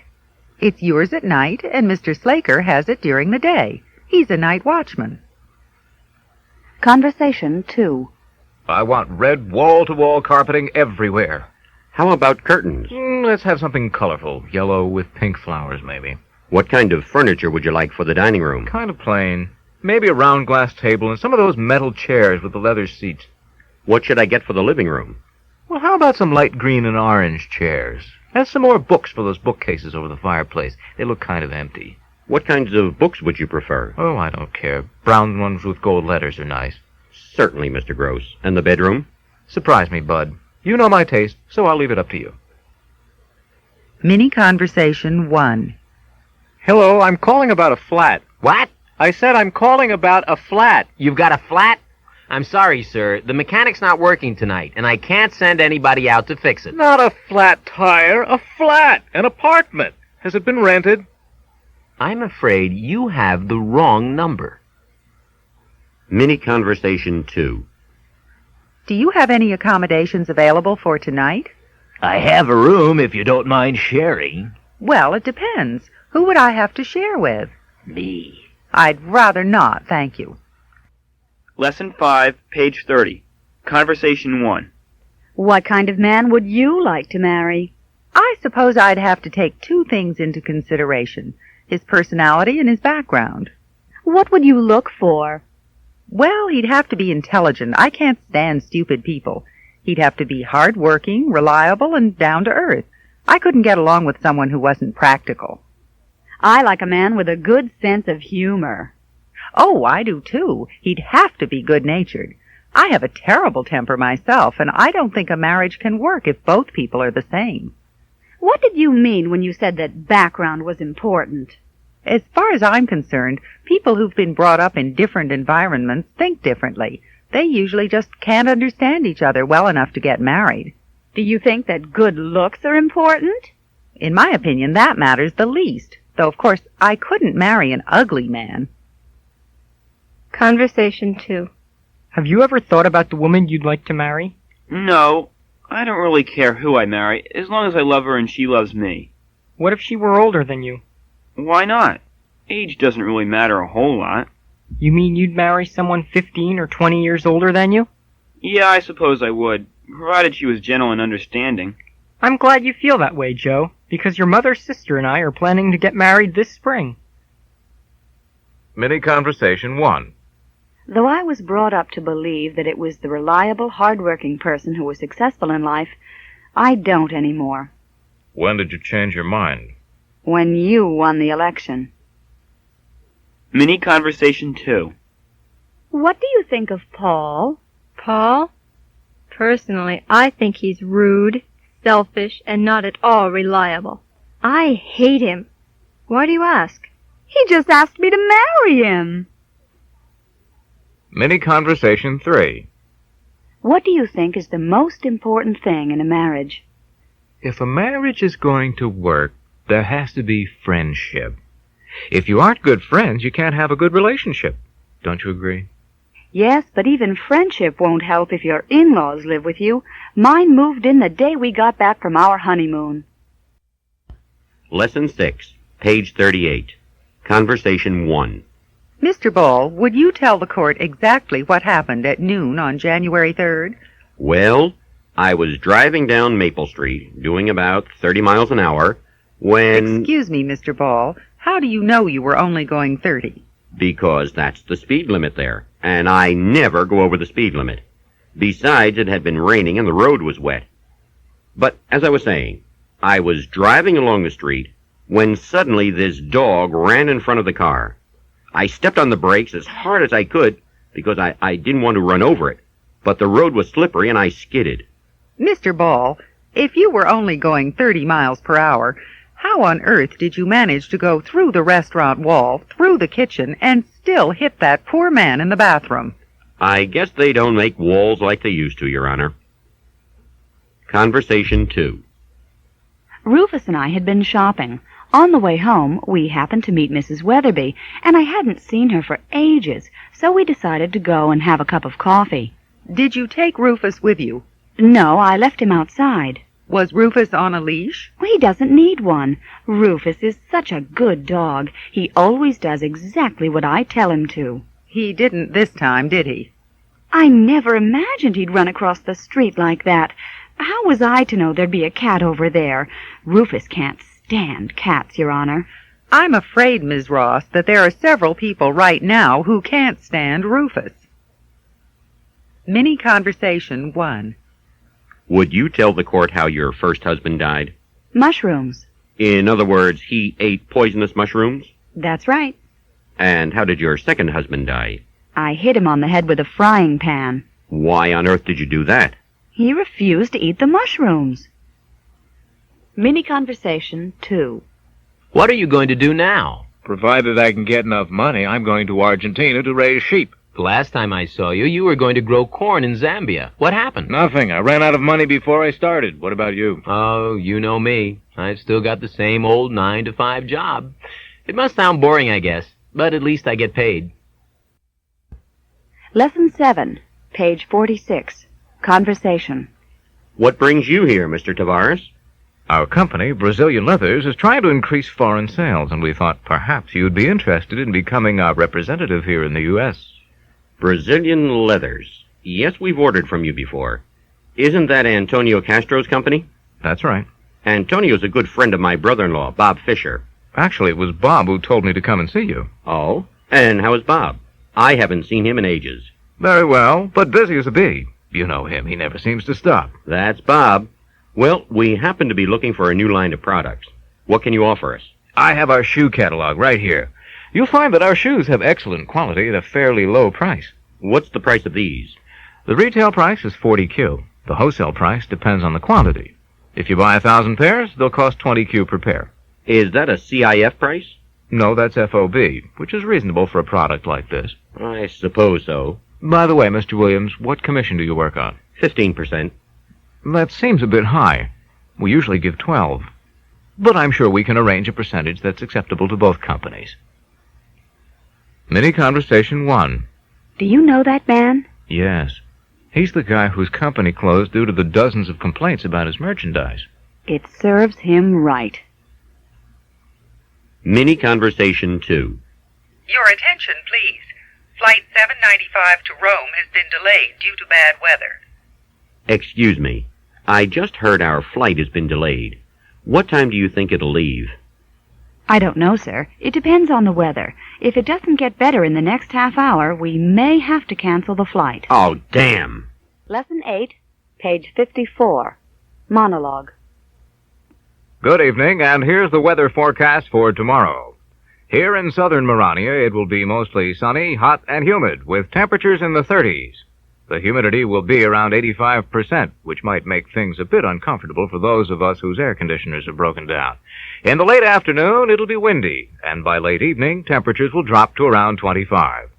Central Marania has thick fog right now, which will change to rain overnight. In the mountains around Highland Park, that same storm will bring snow. We're expecting 2 to 3 inches of the white stuff, so drive carefully if you're going to be in that area. Temperatures will drop below zero toward morning. It will be a perfect weekend for skiing, so bring your skis. And you'd better bring plenty of blankets. Northern Marania's weather will be the same as always, clear and dry with temperatures in the low 20s. Boy, we could use some of that here, couldn't we? It may be partly cloudy, but generally it should be a very nice day up there in the Derryburgh-Rockville area. Conversation. What are we doing this weekend? I was thinking about going to the game, but I'm afraid it might rain. The weatherman says it's going to be hot. I'd much rather go to the beach. But, darling, this is the last game of the playoffs. I'd hate to miss it. Have you bought tickets? No, not yet. Well, you'd better hurry up then. There might not be many left. I drove past the stadium earlier today, and there was quite a crowd standing in line at the ticket office. Is that so? Well, maybe I'll call them now.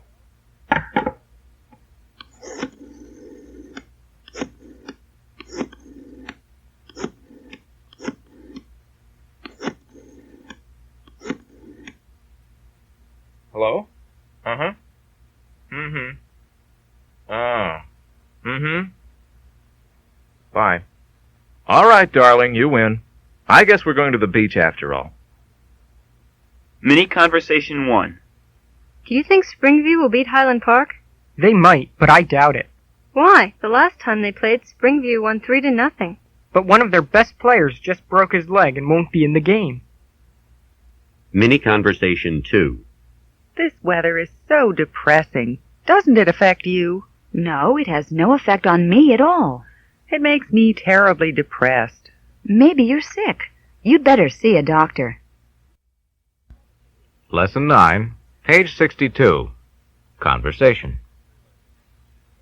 Hello, darling. How are you feeling this morning? Awful. I took some medicine, but it's no use. I just can't keep anything down. It's probably something you ate. It might have been that seafood we had for dinner last night. It was supposed to be fresh, but you never know. Oh, nonsense. If it hadn't been fresh, you'd be sick too. I suppose you're right. But it only takes one spoiled shrimp to make you sick. I think I'd better take you to see Dr. Graham. Oh, Mike, I couldn't possibly leave the house. Every time I get out of bed, I want to throw up. Let me see if he makes house calls. It was something she ate, wasn't it, Doctor? Since when does food make a woman pregnant, Mike? Monologue. Good evening. I'm Chuck N. Noodleman, and here's the news. 50 people died and another 125 were injured when the High Life Hotel in Seaview caught fire late last night. The injured guests were mostly tourists in Seaview for the long weekend. The fire department believes the fire was caused by a short circuit in an electrical system. The system had been seriously overworked by air conditioners due to the high heat and humidity during the last few days. The hotel, which was the largest and most modern in the country, was equipped with the latest warning devices. Though the alarms worked, by the time the guests realized what was happening, it was too late. Film at 11. Mini Conversation 1. Ugh! That smell makes me want to throw up.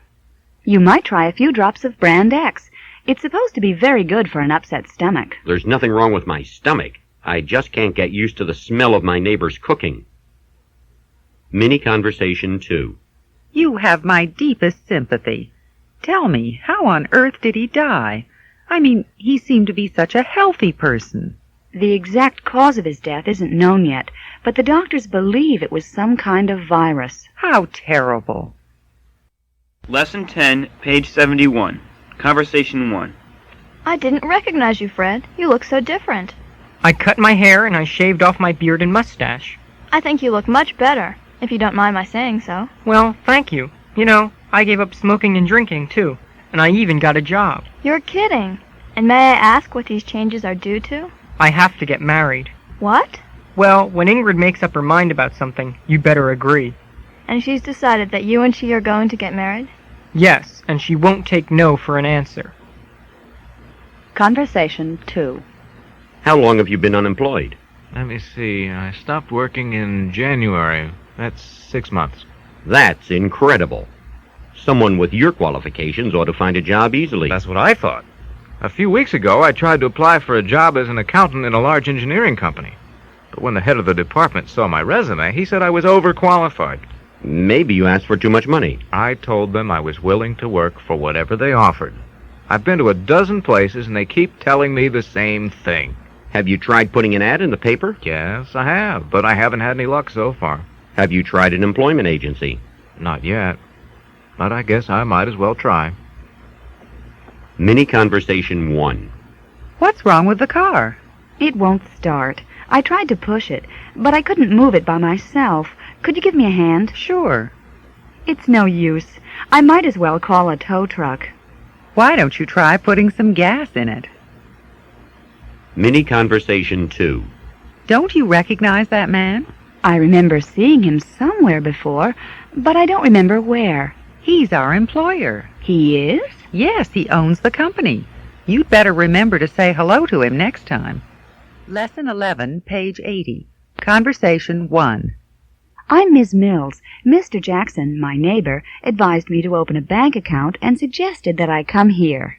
Oh, yes. Mr. Jackson is one of our best clients. Would you like to open a checking account or a savings account? What's the difference? Well, with a checking account, you can write a check to take out money whenever you like, provided you have the funds, of course. But we don't pay interest on money in a checking account. With a savings account, you get 7% interest per year, but you must leave your money in the account for at least 6 months. In that case, I'll open a savings account. My father had an account once, but the bank went bankrupt and he lost all his money. I haven't trusted banks ever since. I've been keeping my savings in the mattress, but Mr. Jackson warned me that's the first place thieves look. I'm glad you decided to come to our bank. Now, how much would you like to deposit? Oh, it must be about $1 million. $1 million? Where is the money? The mattress is on that pickup truck outside.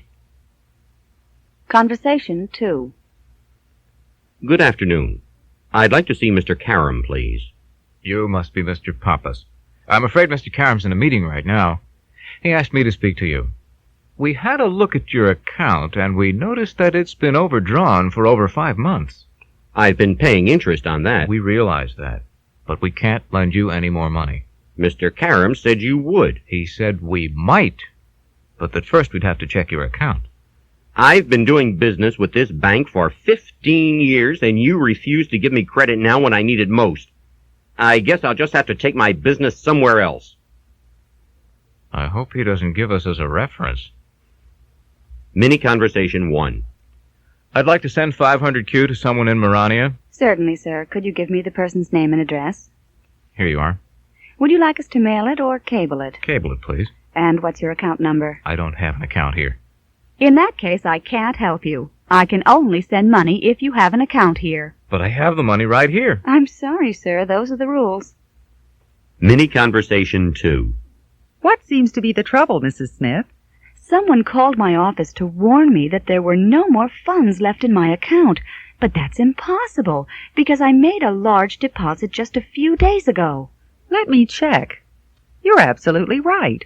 Someone had credited the deposit by mistake to another customer named Smith.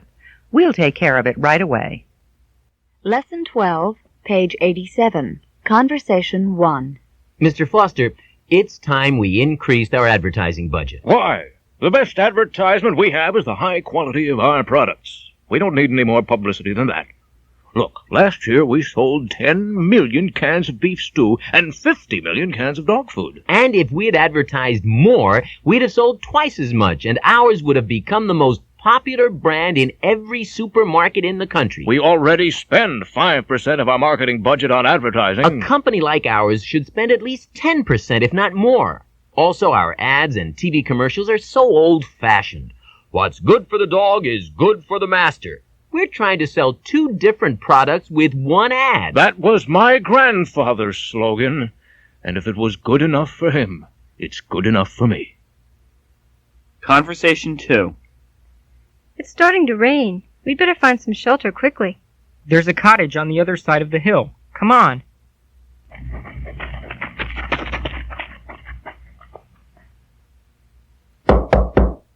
There doesn't seem to be anyone here. Let's go in.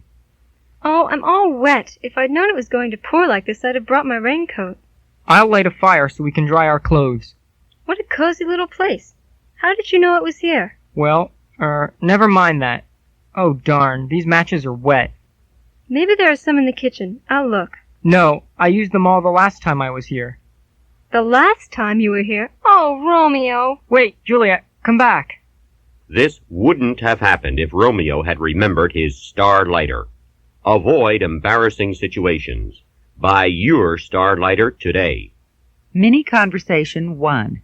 If only I'd listened to you. What do you mean? If I'd studied for that exam, instead of going to the party, I might have passed. But then you wouldn't have gone for that long walk in the rain. And if you hadn't done that, you might never have met Anne. You're right. That was sure worthwhile.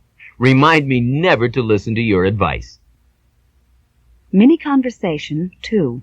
I wish I'd taken that advertising job while I had the chance. You would have regretted it. Why do you say that? Because the company's nearly bankrupt, and they're firing almost everyone. Lesson 13, page 96. Conversation 1. Next. Pierre's not in today? No, sir. It's his day off. Haven't we met somewhere before? I don't think so. You remind me of someone I used to know, but I just can't remember who. Really? How would you like your hair, sir? Medium on top and fairly short on the sides, but not too short. Certainly, sir.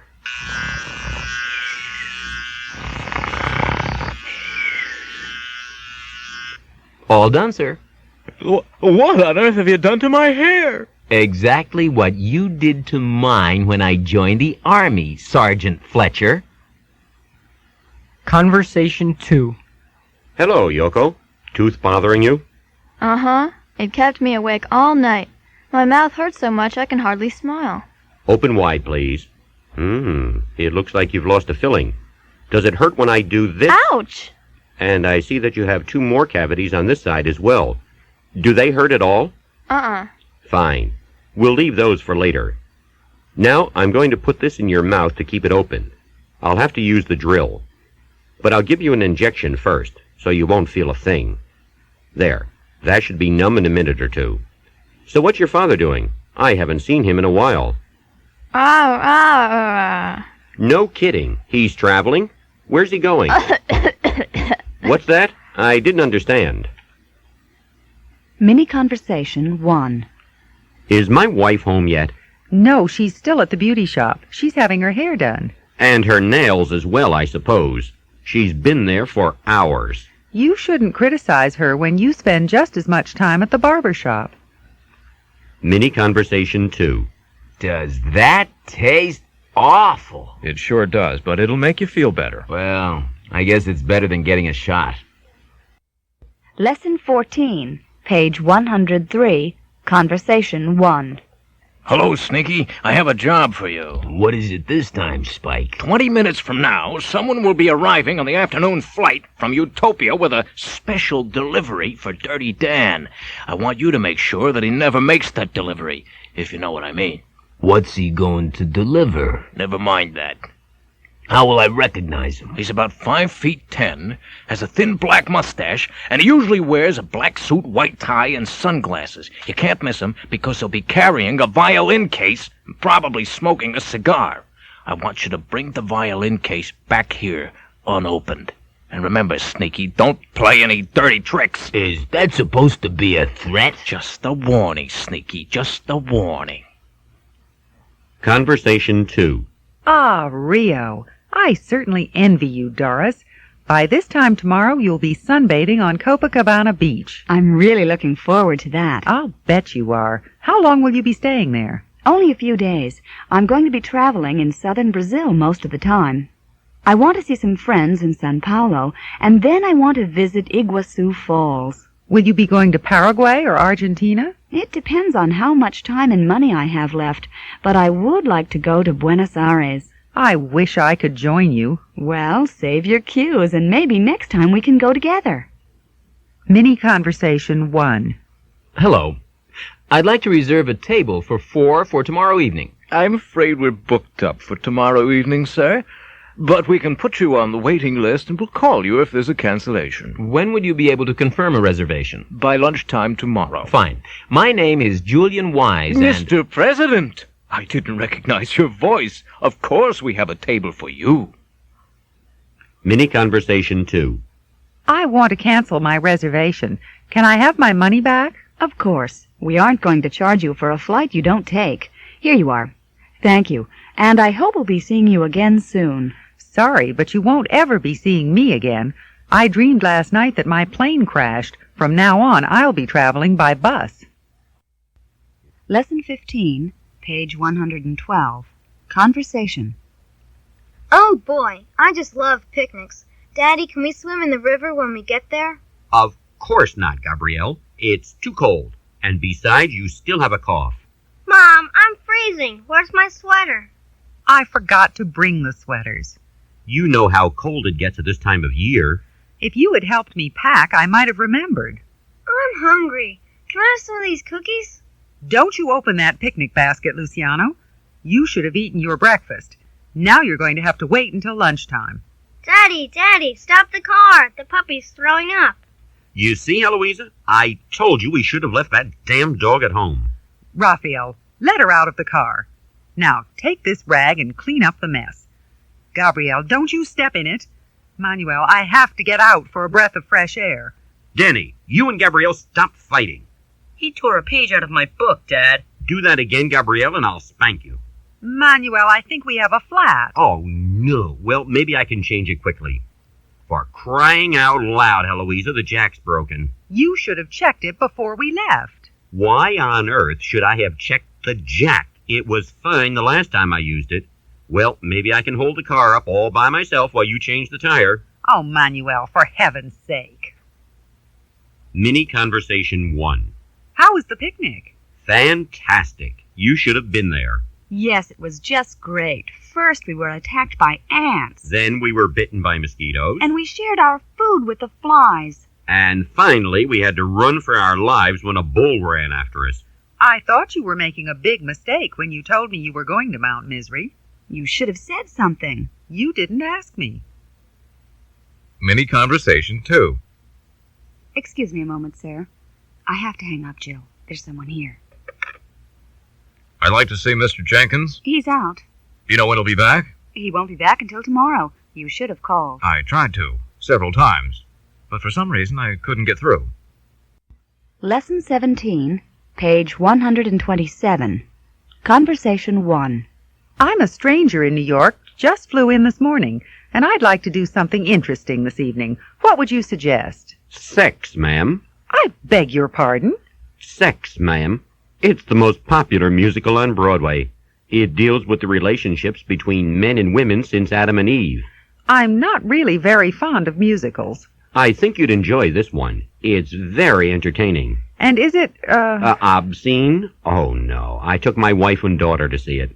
There's a ticket agency across the lobby. Why don't you see if they still have a seat available? Conversation 2. I'd like a ticket for Sex, ma'am. Sorry, we're sold out. All we've got left is Life in an Eggshell and The Prince and the Chambermaid. Oh, dear. What are they about? Life in an Eggshell takes place in Chicago in 1929. It's about a man who's the witness to a crime, and he goes to court even though he's threatened with death. It has a lot of suspense. Ugh. What about the other one? The Prince and the Chambermaid is very amusing. A prince falls in love with a maid, and they do everything possible to keep the king from finding out. Does it have a happy ending? Oh, yes. In the end, they get married and live happily ever after. That's just what I was looking for. Mini Conversation 1. I don't mean to be rude, but that's my parking place. Your parking place. Forget it. Look, mister, don't make me lose my temper. Just find someplace else to park. How dare you talk to me like that? I'm the mayor of this town. And I'm a voter. Now, get lost. Mini Conversation 2. What's that novel you're reading? It's called The Babysitter Was a Spy. Is it any good? Not very. Then why are you reading it? Well, I don't really know. Lesson 18, page 134. Conversation 1. Susan, have you seen the car keys? You had the car last. Aren't they on the kitchen table? No. Maybe they're in your pocket. No, I've already looked there. Then you must have left them in the car. I couldn't have. I used them to lock the garage door after I put the car away. For crying out loud, Mike, you'd lose your head if it weren't attached to your shoulders. But, darling, I lost that the day I met you. Oh, hush. Just go and look for the keys. Conversation 2. Just look at this headline. Millionaires murdered. I must have missed that. What does it say? Millionaires Ferdinand de la Roca and Mildred Chapman were found dead on his yacht early this morning. Apparently they had been strangled. Police suspect they might have known their murderers. Who would want to kill them? Are you kidding? De la Roca must have had 1,000 enemies. Well, he certainly wasn't afraid of them. I mean, he was running for governor in spite of the fact that nobody liked him. You know, it might have been his ex-wife. Even though they were divorced, they say she was very jealous. It could have been Chapman's ex-husband, too. After all, she left him for De La Roca, didn't she? Maybe Mr. Chapman and Mrs. De La Roca planned it together. Mini Conversation 1. How do you know he's a politician? I can tell by the way he talks. How can you be so sure? I'm a politician myself. Mini Conversation 2. How do you know when the fruit is ripe? You can tell from the color. Can you tell if these eggs have gone bad? Of course, by the smell. Mini Conversation 3. He looks as if he's murdered someone. What makes you think that? There's blood on his hands. Mini Conversation 4. You look as though you'd seen a ghost. Worse than that. Haven't you seen the headlines? No, what happened? There was a murder next door. My neighbor was found strangled, and they think her ex-roommate may have done it. Lesson 19, page 141. Conversation. Our guest tonight is Professor Cornelia Hope of the International Research and Development Institute. Professor Hope is a futurist. Professor, would you tell us exactly what a futurist does? A futurist is someone who uses the scientific method to make predictions about life in the future. Some experts, Dr. Horace Lindsay, for example, are very pessimistic about the future. They say that 100 years from now we will have used up all our natural resources And we may have run out of fresh water to drink and fresh air to breathe. No, I certainly don't believe that. I'm very optimistic about the future. I believe that by then most of today's problems will have been solved. What do you consider today's problems to be? There are many, of course, but the worst are hunger, disease, and population growth. By the end of the next century, we'll have discovered a cure for cancer, and life expectancy will be 120 years. We will be producing enough food to feed everybody. But the world's population will have tripled by then. Not necessarily. Birth control programs will have been introduced all over the world. Some scientists say that robots will have taken over most jobs. This will cause a great deal of unemployment, don't you think? To a certain extent, yes, but we'll still need people to manage the robots. Professor, would you like to be alive 100 years from now? Definitely. Wouldn't you? Mini Conversation 1. You know, only a certain amount of each natural resource exists. If we continue to use them up, there'll be none left for our children or grandchildren. That's no secret. Everyone knows that. But isn't it amazing that with all the wonderful achievements of science, so little has been done about it? Mini Conversation 2. And by the year 2000, all of our dreams will have become reality. What's he talking about? Who knows? Lesson 20, page 150. Conversation. I don't think I can go through with it. Is it too late to call the whole thing off? Come on, Daisy. You can't give up now. Just calm down and finish getting dressed. Everything's going to work out fine. I have this horrible feeling in the pit of my stomach. I feel like I'm going to throw up. Look, I'm shaking like a leaf. Pull yourself together. You can't throw away this fantastic opportunity. You're right. I guess I take after my father. He was so nervous on his wedding day that he thought he'd lose his mind. So he took a tranquilizer, and it had such an effect on him that he fell asleep at the church and nothing could wake him up. They had to carry him home and put off the wedding until the next day. How embarrassing. Well, then I don't think you ought to take any tranquilizers. Why don't you have a cup of tea or something? I don't have time. They're calling me now. All those people staring at me. Just ignore them. Break a leg, Daisy. Thanks. Here goes. Ladies and gentlemen, the moment you've all been waiting for. Let's give a big hand to Daisy Blossoms and her new hit, Shaking All Over. Mini Conversation 1. Why is the manager so nervous today? The computer's down, the telephones are out of order, and the photocopier broke down. Well, he's going to break down, too, if he keeps carrying on like that. Mini Conversation 2. I'm putting off this morning's meeting until next week. How come? Because half of the people didn't show up. You recognize that man? I remember seeing him somewhere before, but I don't remember where. He's our employer. He is? Yes, he owns the company. You'd better remember to say hello to him next time.